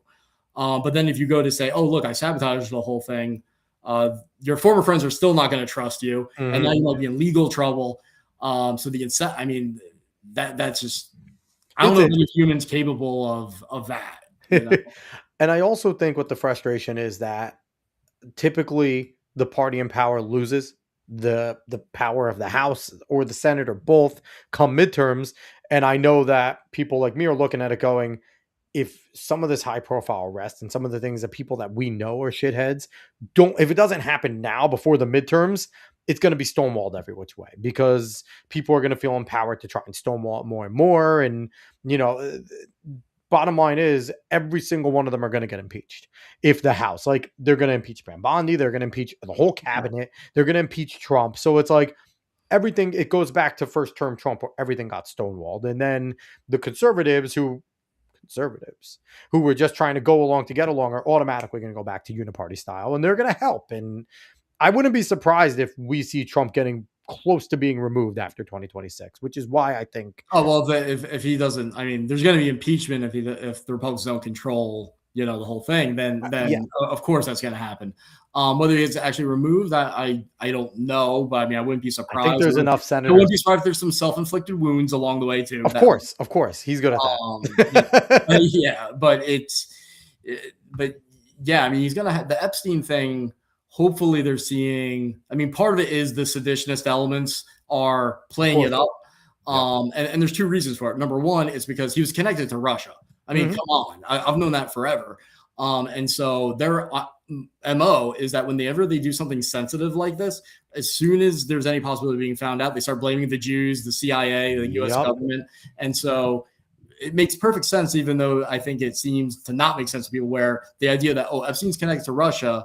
And now people like Dugan are saying, well, oh, look at Epstein. That's proof that the Jews in Israel are evil and that the US government needs to be toppled because it's satanic. And it's like, but you guys were the ones doing it. And it's like, no, that is how they do their operations. They do something, they blame you for it. And it fits this overall, they do satanic things and then they make the victim sound like the perpetrator of that satanic thing. Mm-hmm. That all fits. But then you also have the genuine part of the base that like very legitimately, like they don't have a seditionist ideology at all. It's just, what the heck, man? The idea that there can be millions of documents not released or planned to be released with Epstein, and we're not even talking about the entire U.S. government. What should be happening is the entire U.S. government, of course, and going to the furthest possible extent. I mean, I'm willing to damage American national security to have that stuff out. Not meaning like me leak it. I mean, as a policy, implementing a policy of mass disclosure, even if it means, does it put some lives at more risk?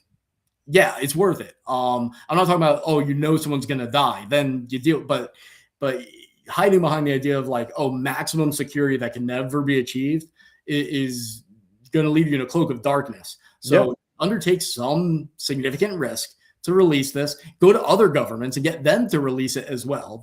I would have a special envoy doing just that, to go into Israel, Russia, going to all of them, say, everyone declassify everything. Or just have have a staffer that you will tell them, listen, we will take care of you later. and have them go to someone in Congress and hand it to them, because on Congress floor they could do whatever the hell they want. You could, There, you yeah, know, and hand it to them and say, "Here you go. Go yeah, ahead and go through it." And the staffer might go to jail. Like, tell them, like, you're probably going to go to prison. We're going to use you as a patsy. We'll take care of you later. And we know the government does these sweetheart things all the time. Like, so, you're going to be our patsy, and we'll again, your family's fine. You'll all be good. We'll make sure everyone in your lineage is good for the next 6 generations. yeah. You know, And the book deals and movie deals you're gonna get are gonna yeah. you're gonna be fine. You're gonna be Here's Edward Snowden times 100, and Yeah, and you'll here's be the fine. biggest thing Yeah. though. The biggest thing about all this is, and where I am, and like, I am not saying someone, I'm not apologist or anything. Like, I want every single one of them put through a wood chipper fee first that ever touched a little girl or a little boy. People don't realize that there's little boys involved in this too. But at Yeah, the why do you think same, that doesn't get much attention? because I don't know. I don't know, actually. I Yeah, don't know. But the thing is, like, I know we all talk a tough game, right? We're ready for it to be torn all down. Everyone think you've researched other places. Are we ready to become Turkey overnight? Because in what sense? if people really do, if this is the global implications that we truly believe it is, that there's so many power players involved, it's going to destroy our economy in so many ways, because that's going to be a lot of rich and people moving shakers that Mm, probably keep things moving overnight. You want to talk about housing prices now? You want to talk about inflation, the prices of things?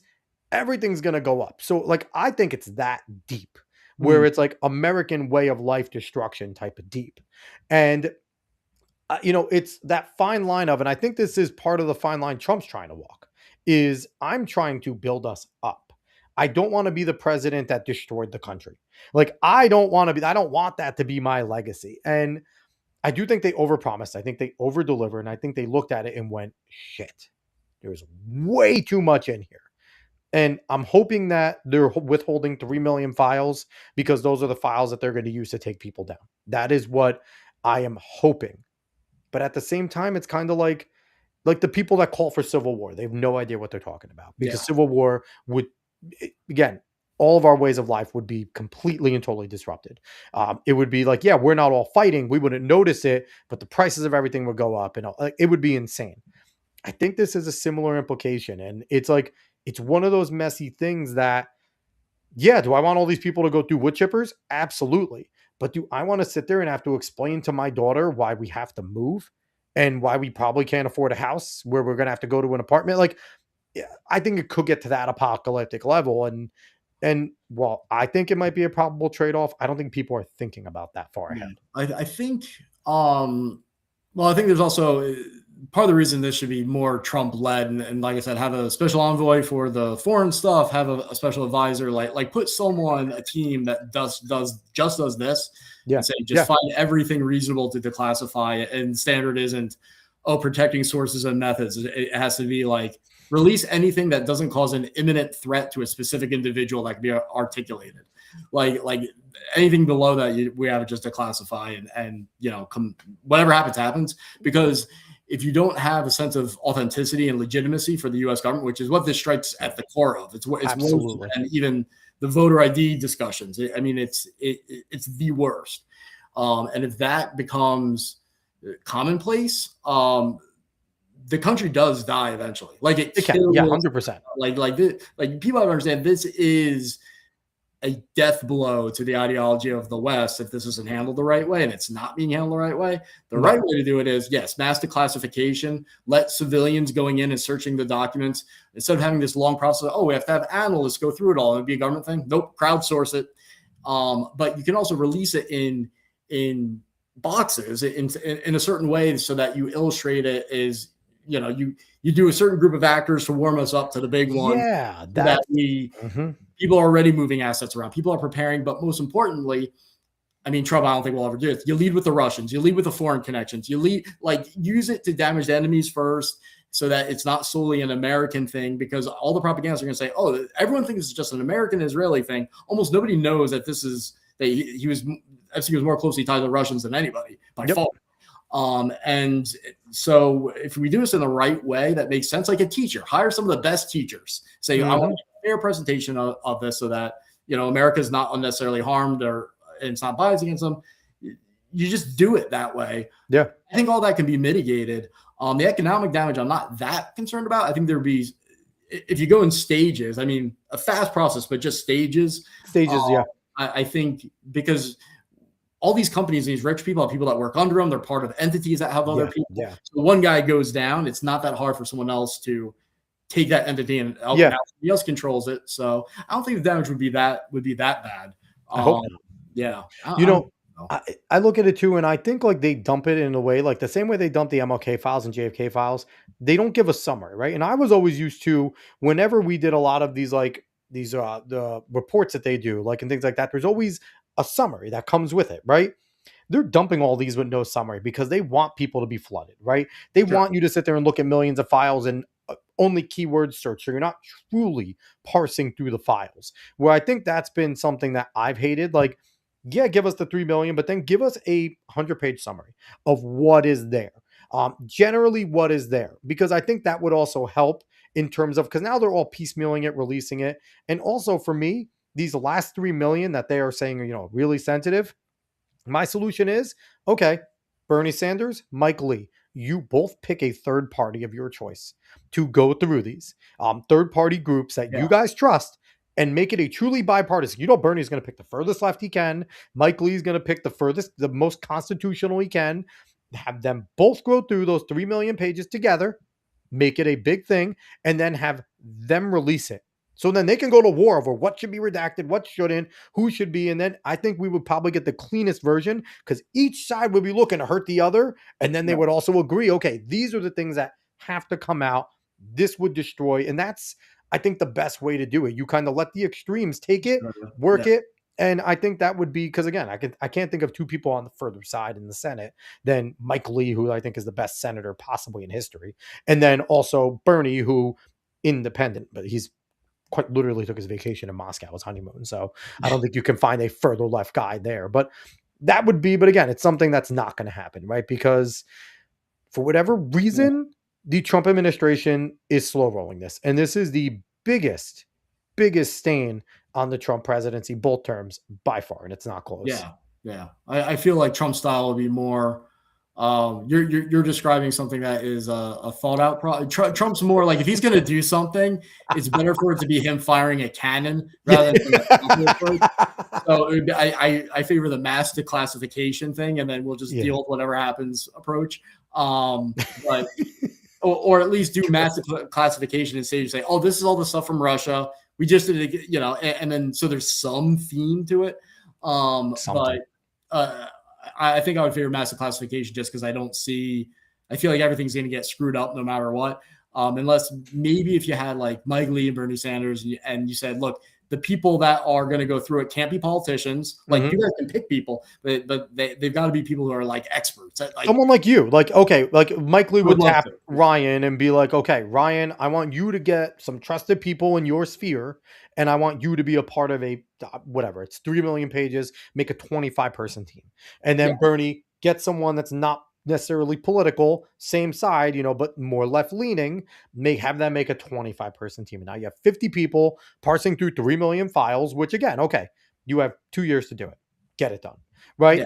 Like this is all you're doing for 2 straight years. And I feel like 50 people, 2 years with 3 million pages, with all the AI technology and the things you guys would be able to use and innovations, you guys could get through it. And then you guys can battle it out and figure out, okay, what is truly national security? Okay, this is a person that if this got released, this is going to hurt our national security, that country's national security. And you don't have to go through all of that at once either. You just be like, all right, hey, let's go through these. And then like 90% of it, you're going to be like, yeah, that's safe, right? Okay, boom, go. That's on the internet. Go. What do we both agree with? Like both parties agree safe, gone right away, quick. Like, immediately. Yeah. You just hit post and then the stuff that needs more discussion. And thing is with academics, unless they're political influencers, like if you like people like me, I get along fine with people from the left and the right, even ones that I've publicly attacked, because we're so like what we do that we appreciate the other people. Like we enjoy that collaborative process, and it's detached from the political thing because we care so much about the issue.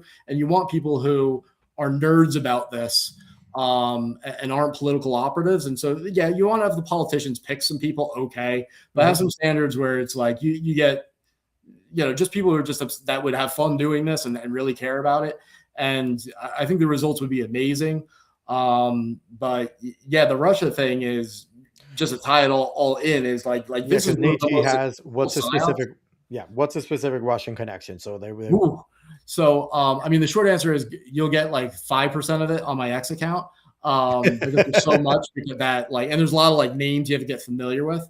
Um, the sheer number of contact he had with Russians and him openly saying like, oh, I'm going over to this FSB, which is like the modern day KGB, the specific part, to meet with like their intelligence director, who is the guy that's involved in covert, like doing the exact thing, this type of stuff. He's openly talking about scheduling those meetings. There's a lot of stuff about Russian and Belarusian women, which is, that's a Russian staple. That's a thing they do.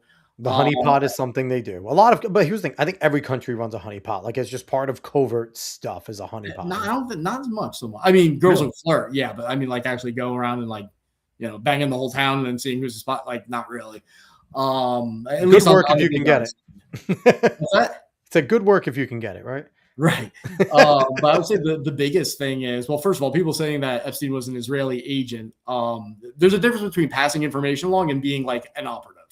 I think that he was a source for basically anyone that wanted it, right? If you were going to pay him, he was going to. So I think he did do work for the CIA. I think he did do work for the Mossad. I think he did Probably, do yeah. work for Russia. He probably did work for anyone that was going to pay him a good amount. Sure. I think so. Yeah. Money, And information. That's I think different. That's not abnormal. That's No. not even a scandal necessarily. That's being a billionaire. Like, I think billionaires do this because I don't think Trump did business everywhere. So we got to shake politicians' hands everywhere. That's why he knew so many people coming in. I think all these billionaires that have these multinational, international companies, yeah, they'll talk and they'll work with people. Because I think too, if you want to go and put $1 billion worth of infrastructure here, their intelligence agencies are going to want to talk to you and be like, okay, what's your purpose of being here?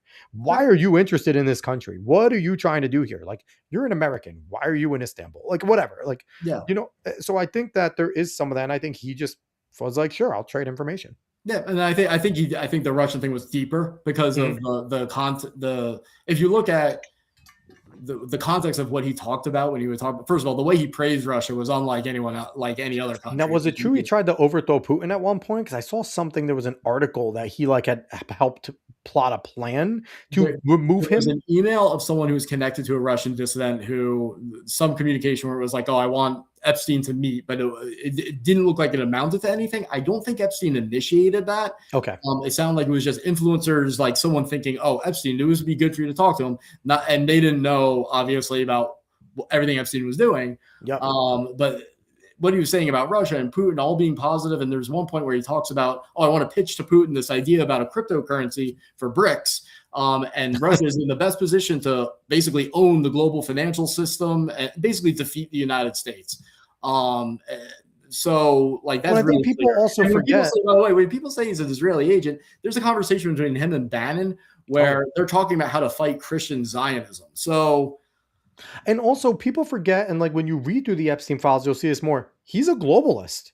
He is not like a capitalist. Like he was definitely belief in like the World Economic Forum shit. Like he was a globalist type of guy. He was someone that was trying to get things moving and shaking in the way that Klaus Schwab and they wanted to do. So it's not like he's like any friend to anyone on the right. And like the whole Steve Bannon thing, like it is odd. And I get it where Steve's trying to say like, hey, I'm trying to get as much information out of him as possible to make a documentary.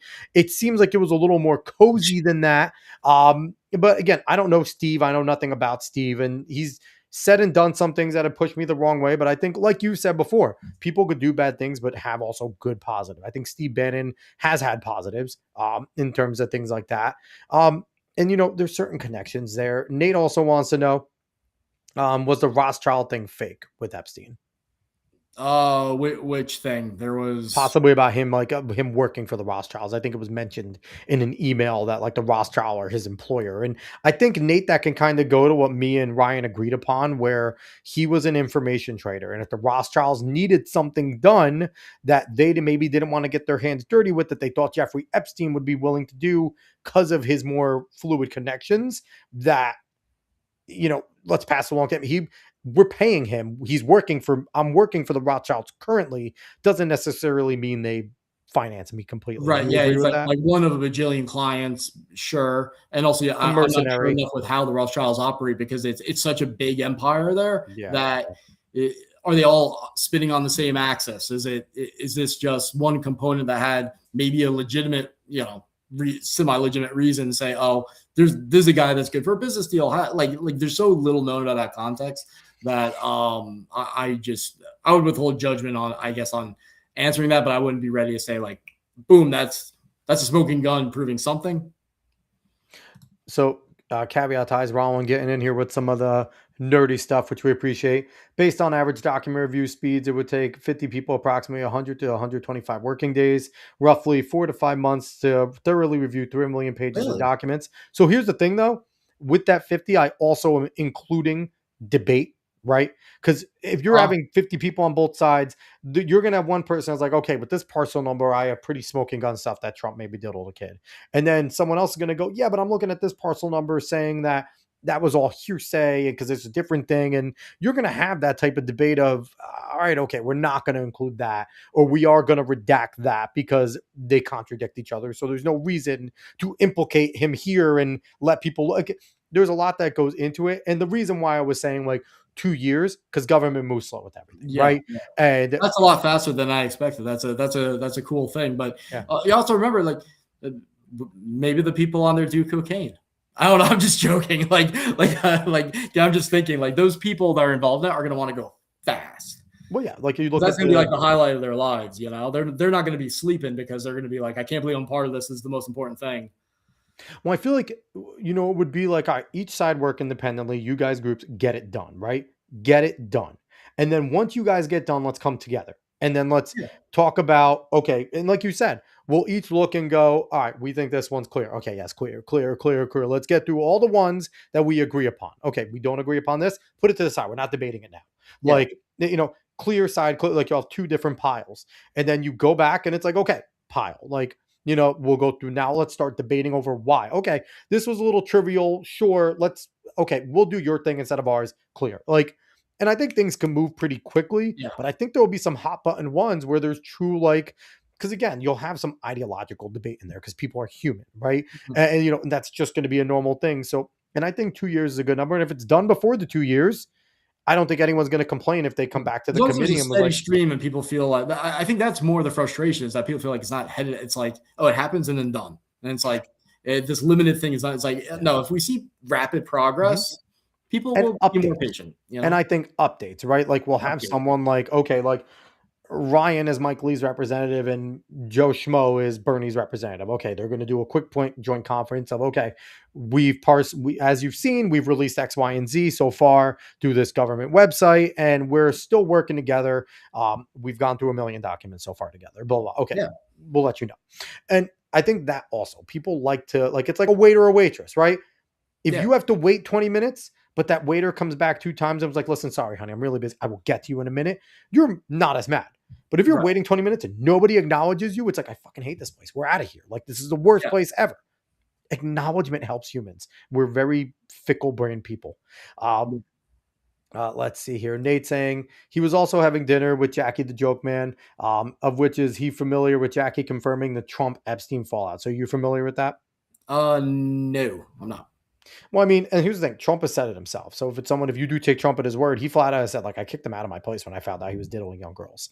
Like, I never allowed him back in Mar-a-Lago. And now we find out, confirmed through the files, that Trump was an informant. He worked to get him in jail. I so believe it. And I mean, it makes a lot of sense. I saw there were some indications, I don't know if they're true or not, that Trump might have met with Epstein after he did that, which I'm not saying that's true or not, but if it did, I mean, even that would fit the pattern, because like, look at how he like goes to war with people and then he's like cool with them the next day. And like he'll go to war with Elon, he'll go to war with Rubio, and then like that would fit the pattern. Yeah. So, I mean, I've seen some of the Trump stuff in there, but I don't know. I'm waiting, but before I can say there's any dirt in there to the point where I'm like solidly making an accusation. Do I think it's deceitful, and do I think Trump downplays it? Yes. Yeah. but I thought that before the documents started coming out. You know, I also tend to think billionaires run in the same circles, right? So I think even if he Yes, did yeah. help put Jeffrey away, he was eventually going to see him again. And Yeah. Trump is the type of guy where he just seems like he's a cordial guy for the most part. So He yeah, actually wants to be liked in he person as does. well. That's He his very much wants to be liked in That's the person. worst trait he has. The worst trait Trump has is he wants to be liked by people that hate him. Yeah. And why he keeps on doing these friggin' interviews with people that are going to put him in bad light. And fortunately, now he has a really good cabinet that carries the water for his message. So, Yeah. yeah, they could try and twist Trump, but you're not going to twist Rubio, Vance, Bassett, Lutnick. That all say the same thing. They're all kind of like the messaging has been really good outside of Pam and Cash. That's true. Everyone else has been really good with that. We got a few more coming on. I'm liking the comments. I appreciate you guys here. If you want to hear it, Jackie the Joke Man of the Howard Stern Show was on the Opie Radio about 2 or 3 weeks ago. I know what Jackie the Joke Man is. I think that's kind of interesting, especially. What did he say? Do you remember like what the? I 30-second didn't version hear is? it, but I guess he confirmed that the fallout between Epstein and Trump actually happened. Oh, he at confirmed that Mar-a-Lago. part. Okay, I see. Yeah. Well, it wasn't. Oh, that he saw Oh, Trump. here we go. He Okay. was at an infamous dinner with Nick DiPaolo, who I like Nick. Nick's an Yeah. awesome comedian, and Woody Allen. And he spills all the beans and quotes book about the fallout and Epstein too. Yeah. Interesting. So maybe I have to go back and listen to that. I really haven't I listened saw to. the classified document where it. I mean, yeah, it sounded like Trump wasn't informed, but I could also, in some way, I don't know why I feel like this. So don't don't say what about I'm not fully confident what I'm about to say. I feel like if Trump was an informant, he's the type that would be embarrassed. Like you'd say, "Oh, that's a rat." Like, whereas me, I'd be like, if I was in that position, I'd be telling the whole world, like, "Oh, I ratted out Epstein. Screw that guy." But I know I've met enough people that are like, "Oh, the worst thing to be is an informant. You're a rat." And I don't know why I put Trump in that his personality a little bit more in that. I think the one thing I forget who said it, but I was listening to a show and that made sense. He would want to keep that on the wraps because he does deals with so many other people, and these billionaires are shady. So it's like, if you think that Trump's the type of guy that he's not honest, right? Because they do deals, they go to golf courses, they go to drink, they go to bars, they go to this stuff, and you're seeing people doing shady stuff. Like, how many of these billionaires are faithful to their wives, right? Like, AKA zero. So I think that now Trump's president, so he doesn't care. But before, when he was still looking to do deals with maybe people that were still friendly with Epstein or talk to him and he knew it, he didn't want to sit there and have a whole bunch of his money go under the table because it's now open that he is a rat, right? Sure. And in that sense, like, he did the right thing. He knows he did the right thing. His conscience is clear that he helped get Epstein behind bars. But at the same time, he doesn't want anyone else to know that because it would hurt his bottom line. Yeah. I think it's more about a bottom line thing. Is that since the vast majority of informants, the reason they're an informant is because they want to avoid getting charged with anything. That too. So I could see him thinking like, "Oh, that's going to make it sound like I'm guilty of something." And we don't know anything about how he became an informant, so I can't confidently tell you that that's not the case either. And I'll consistently say, if he is, I don't care that he informed. Feet first, wood chipper. I don't give a shit. Like, again, I'm a Trump supporter, voted for him 3 times. If it is true that he diddled any young girls, I don't care if he helped get Jeffrey Epstein away. Feet first, wood chipper. Like, I'm very consistent about that. Yeah. Yep. So, and AT saying, even before the close, 10,000%, this is your best guest ever. And here's the crazy part. You.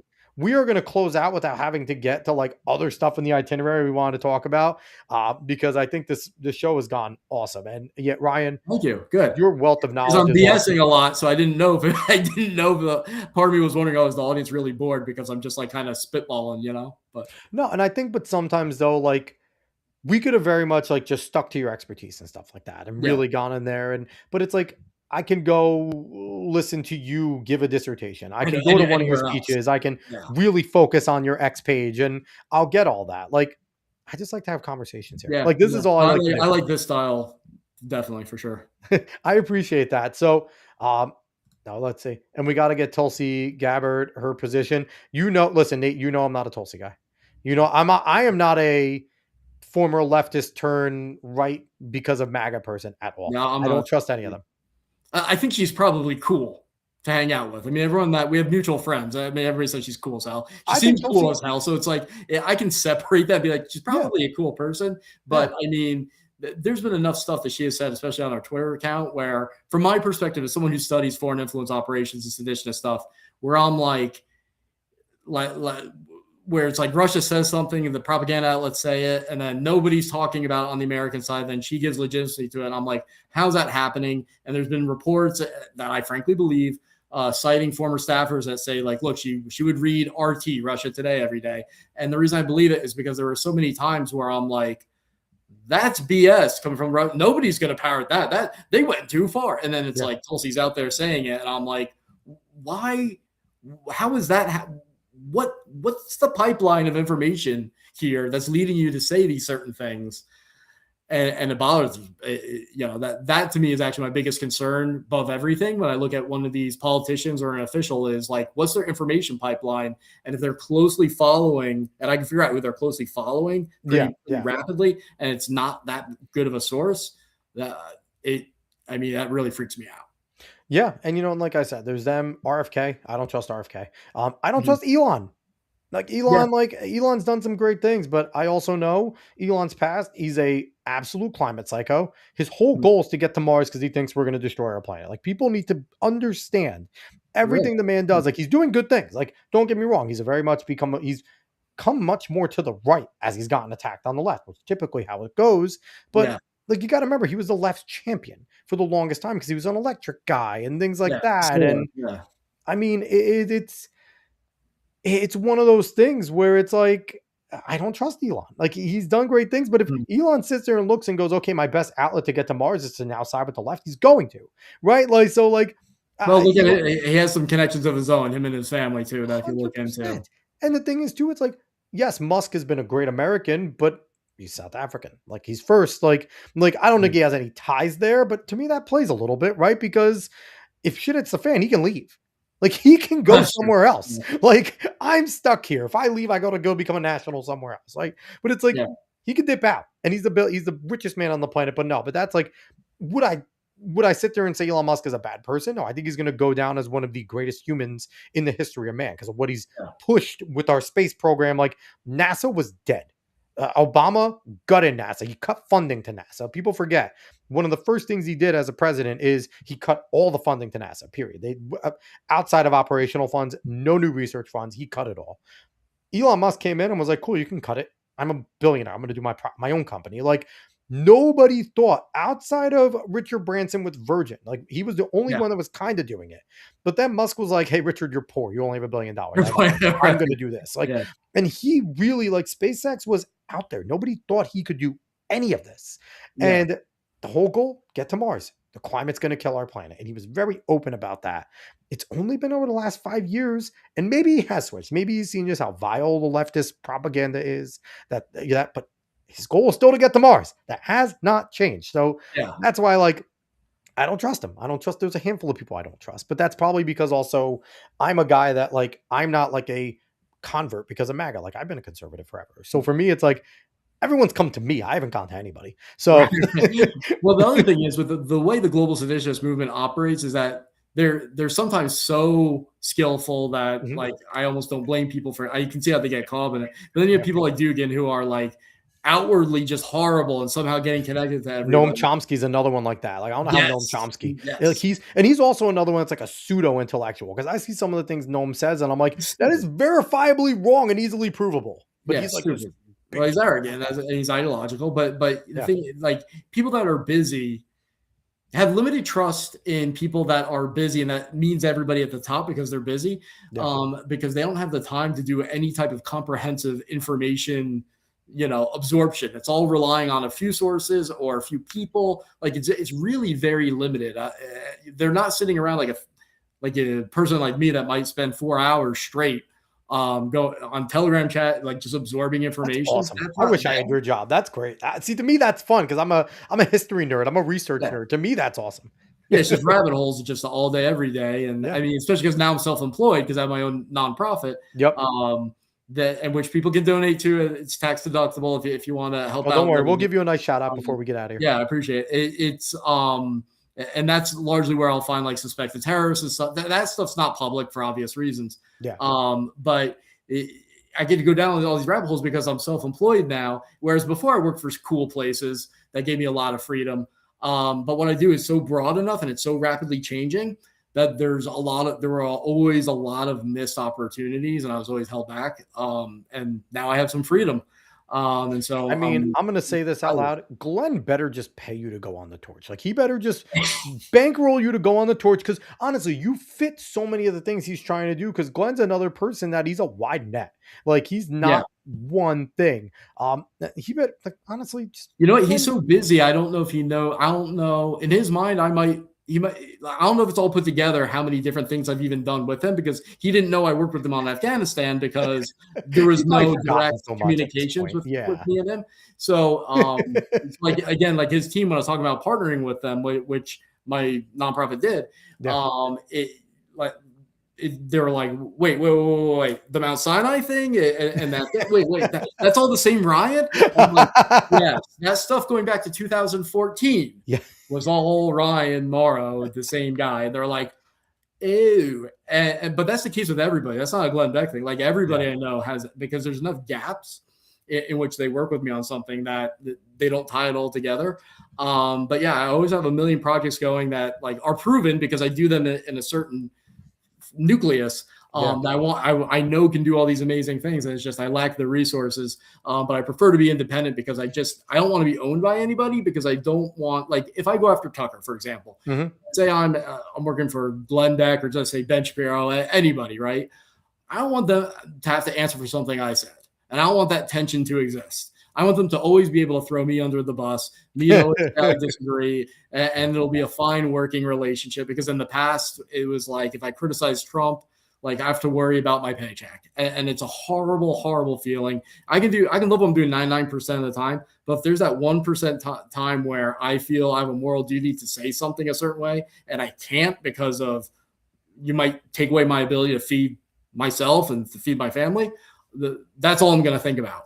So I crave independence more than anything. Yeah. And, and that's, to me, it's like when you find out that some of these like conservative free speech institutions aren't, and that is kind of like, and as you do this more, like, I'm 191 episodes deep here, like, you find out a lot about it, and it's like, that sucks, right? Because someone like you should be able to say whatever the hell they want. And it should, like, your work should make what you're saying even more paramount and make it a little more pressing, right? Like, if, again, like, you're not going to agree with everything someone says, but who cares? You're someone that really follows the tea leaves. So if you're raising an alarm bell about something, okay, I might not initially agree with it, but let me see what Ryan has to say, right? Because he's typically like, and then I'll make my decision based on the things I hear you say. But it's like, there's certain people where it's like, there's some people it's like, no, they shouldn't have the freedom. They just talk out of their ass. Like Candace Owens, I don't take anything she says seriously. She's out of her goddamn mind. Yeah. And I have no ifs, ands, or buts, or like Megyn Kelly. I don't like Megyn Kelly. I think that she's been very much of a turncoat. So it's like, there's certain people that I don't care for, but then there's others like yourself. I've mentioned Glenn a million times, Glenn, and there's certain people that if they say it, okay, I might not agree with them now, but let me at least see what they have to say. It's worth spending the time to see the train of thought. They're probably like, all I care about is I'm a fact gatherer. Does this source provide me with new facts or draw a connection I hadn't thought of? That's all I care. Like the political commentary surrounding that data, I hear it and I don't care, or I literally don't hear it because I'm so fine tuned to I can listen to Young Turks. I can listen to Al Jazeera, watch it, and I don't get riled up like. But you also speak their language in a way, right? You understand, like it's like there's a code to how some of them speak, and like when you're listening, you're probably listening from a different perspective because you're in all these other chats. So when you hear them say something, you understand that okay, if another person hears this, they hear this, but I know what they're saying. I know the kind of the whistle they're trying to send to the people that also know what they're saying, right? Like And I think that just data to me. So it's like this thing where it's like, but people say, like it drives me crazy when someone says, and everyone does this. If I mention, like people do this, like, so I was listening to Ben Shapiro. I don't always agree with what he says about this. Like it goes right to this like caveat as if they're running for office. And I'm like, no, nobody agrees with everybody anywhere near 100%. Why do we have to do this? Like all that matters is, do you feel like you get along with my brother? My brother hates that. My brother hates that. He's like, don't add the whole entire precursor. Who cares? Like, just get to the point. Like I'll cite Putin. Like, I'll get good information sometimes from Putin. Like, do I have to say, oh, I don't always agree with what he said? No, you're just reciting data. If someone delivers data to you in a way that it's entertaining to you and it works for your brain, because people's brains are so, people process things so differently. That's all that matters. If you're getting it from a left wing, like, people just stop getting mad. That's what I want people to do. There's quotes Listen to that, left wing sources, right wing sources. yeah. Stop getting pissed off and just ask yourself, is this substantive or not? If it's yes, listen. If it's not, turn it off. Well, it's like, yeah, it's like, okay, and I'll bring this name up and YouTube might get mad at me, but we're almost close to 2 hours. They don't get mad at much here. If Adolf Hitler taught you how to do proper shooting form of a basketball, was like perfect at it, like Right. elbow in, guide, boom, are we all of a sudden going to go, oh, we never could shoot the ball like that? That's the worst thing ever. Yeah. We can't do that. It's like, no, sometimes they could say things and that are objectively correct. Yeah. But it doesn't take away from the things that they did wrong, right? So it's like, I mean, but again, I think that's where me and you work on similar brainwaves because, again, my history background, looking at primary documents and understanding that, like, the soldier of the Axis was the same in so many ways as the soldier of the Allies. They weren't the politicians that were waging the war. They were just worried about if their family's alive and if they're going to die that day. Yeah. That's all they all cared about typically. The true believers generally were the higher ups. The foot soldiers were just trying not to die. Yeah. That's what's so different between now and then, though, is that, and I think like some people that know history honestly, I've even come across soldiers like this, where they view the enemy, the terrorists and the other seditionist elements that we fight. And they'll say like, oh, I understand at the end of the day, like the guy's just like me. It was just, we both had a job to do. And I'm like, no, this isn't like a World War I with countries with a land dispute. This is different. The people, the terrorists that you're fighting, they're not soldiers like you. They're like torturing people. Same thing with Russia, China. Like when people sanitize what Russia's doing, and they're like, oh, well, I understand why they invaded Ukraine because X, Y, Z. I'm like, you're talking in terms that they don't talk in no, when their soldiers go into a town, they rape the women and they burn this is not an equivalent. This is more Crusades, Holy War type of style. Christians versus like they're true believers going to fight. And I mean, yeah, the Russians, they do believe that Ukraine is. Here's the thing, too, and people don't understand. And, we're going to get going soon. It's 2 hours. And I always like to say I'm not Joe Rogan. People won't listen to me past the 2-hour mark too much. But it's like, people don't understand the history between Ukraine and Russia. They don't know what the Holodomor is. They don't know why the Ukrainian people are like, no, we're not giving up an inch. These people exterminated 3 million of us by starving us because the Trojan Lysenko is a fucking psycho, right? Like that name is you want to talk about Hitler to Ukrainians? Trojan Lysenko was it, right? Like he starved them. And everyone knows that they are like a crescent of agriculture to all of Europe. And the thing is, like, you don't understand that history and Putin's history of, if you don't think that the hierarchy of Moscow still want to regain the Soviet Union, you're out of your mind, right? Like, so it's like, and they're going to do it more skillfully, right? Like they're not going to be as brash. And I think they're realizing now that they probably can't do it. They're not as strong as they thought because even the West just supplying weapons and money was enough to stop Ukraine, who shouldn't have been able to stop them at all, even with that. So it's like there's a lot that we've learned through this war. But it's like you said, people are looking at it from a Western lens of Westerners fighting in a secular manner. And this is not the same thing at all. Exactly right. Exactly right. Stuff. But with that, we're going to get to a few more comments and then we're going to get out of here. Nate's saying that he followed you on all shared mediums. He said this guy's fucking great. So that's awesome. Thank you. Nate's a good dude. You'll like him as a follower. Make sure Ryan takes his crown before he leaves. We can crown him. Caveat Ty saying I hate it too. Be a man. Caveat saying Alex said we shouldn't do it. Not that I always agree with everything he says. Roland, you don't. We were on the show, Roland. We don't agree with everything that he says. Nate saying suffer David for missing this episode. So I don't know if you like Kino Casino with PPP and Warski. I don't know. I'm not familiar. Kino Casino, what they basically do is they just basically find like internet drama and just rip it to shreds and make fun of it. And it's really funny. They're awesome with that. I'll check it out. I love that. I mean, my goal is to end up one day on Kino Casino just for them to make fun of me. It'll be a badge of honor if I end up on the casino. Awesome. So caveat saying, Nate, I still think the best guest is the last one he had in 2025. I had Rowan on. This guy, I assume so. Yeah. So if you like noir type of stuff in books, Caveat Ties is the name of one of his books, but Rollins a great author. Cool. So and I'll look at it. He's also a theological type of person too. Like his master's was in something theology. He'll tell me what it is. I think it's theological philosophy. So he's very much he's an awesome dude, smart guy. Cool. Everyone, there we go. But I'll have a meeting at the head soon. Okay, so Ryan, I appreciate you coming on, man. This Sure was thing. a ton. We This is didn't even get fun. to the biblical side and the future stuff. Yeah. Gotta have you on again at some point. Yeah. I look forward to it. That'd be cool. So everyone, real quick, before we go, jump to ryanmauro.com. It's not very difficult. And right there, you can subscribe for updates. But I want to look at the thing. So sorry about that. I'm clicking out of that, Ryan. Go to his website. You can click on the donate now here. It'll take you to a spot. And if you want to support, if my internet wants to participate, let's go. If you want to support Ryan and what he does, this is what it looks like. Go down there, give him a donation. It's going to go towards helping the country. Like, this is a very rare time where I can actually say one of my guests, because we have a lot of talking heads and stuff, and that's great to talk to.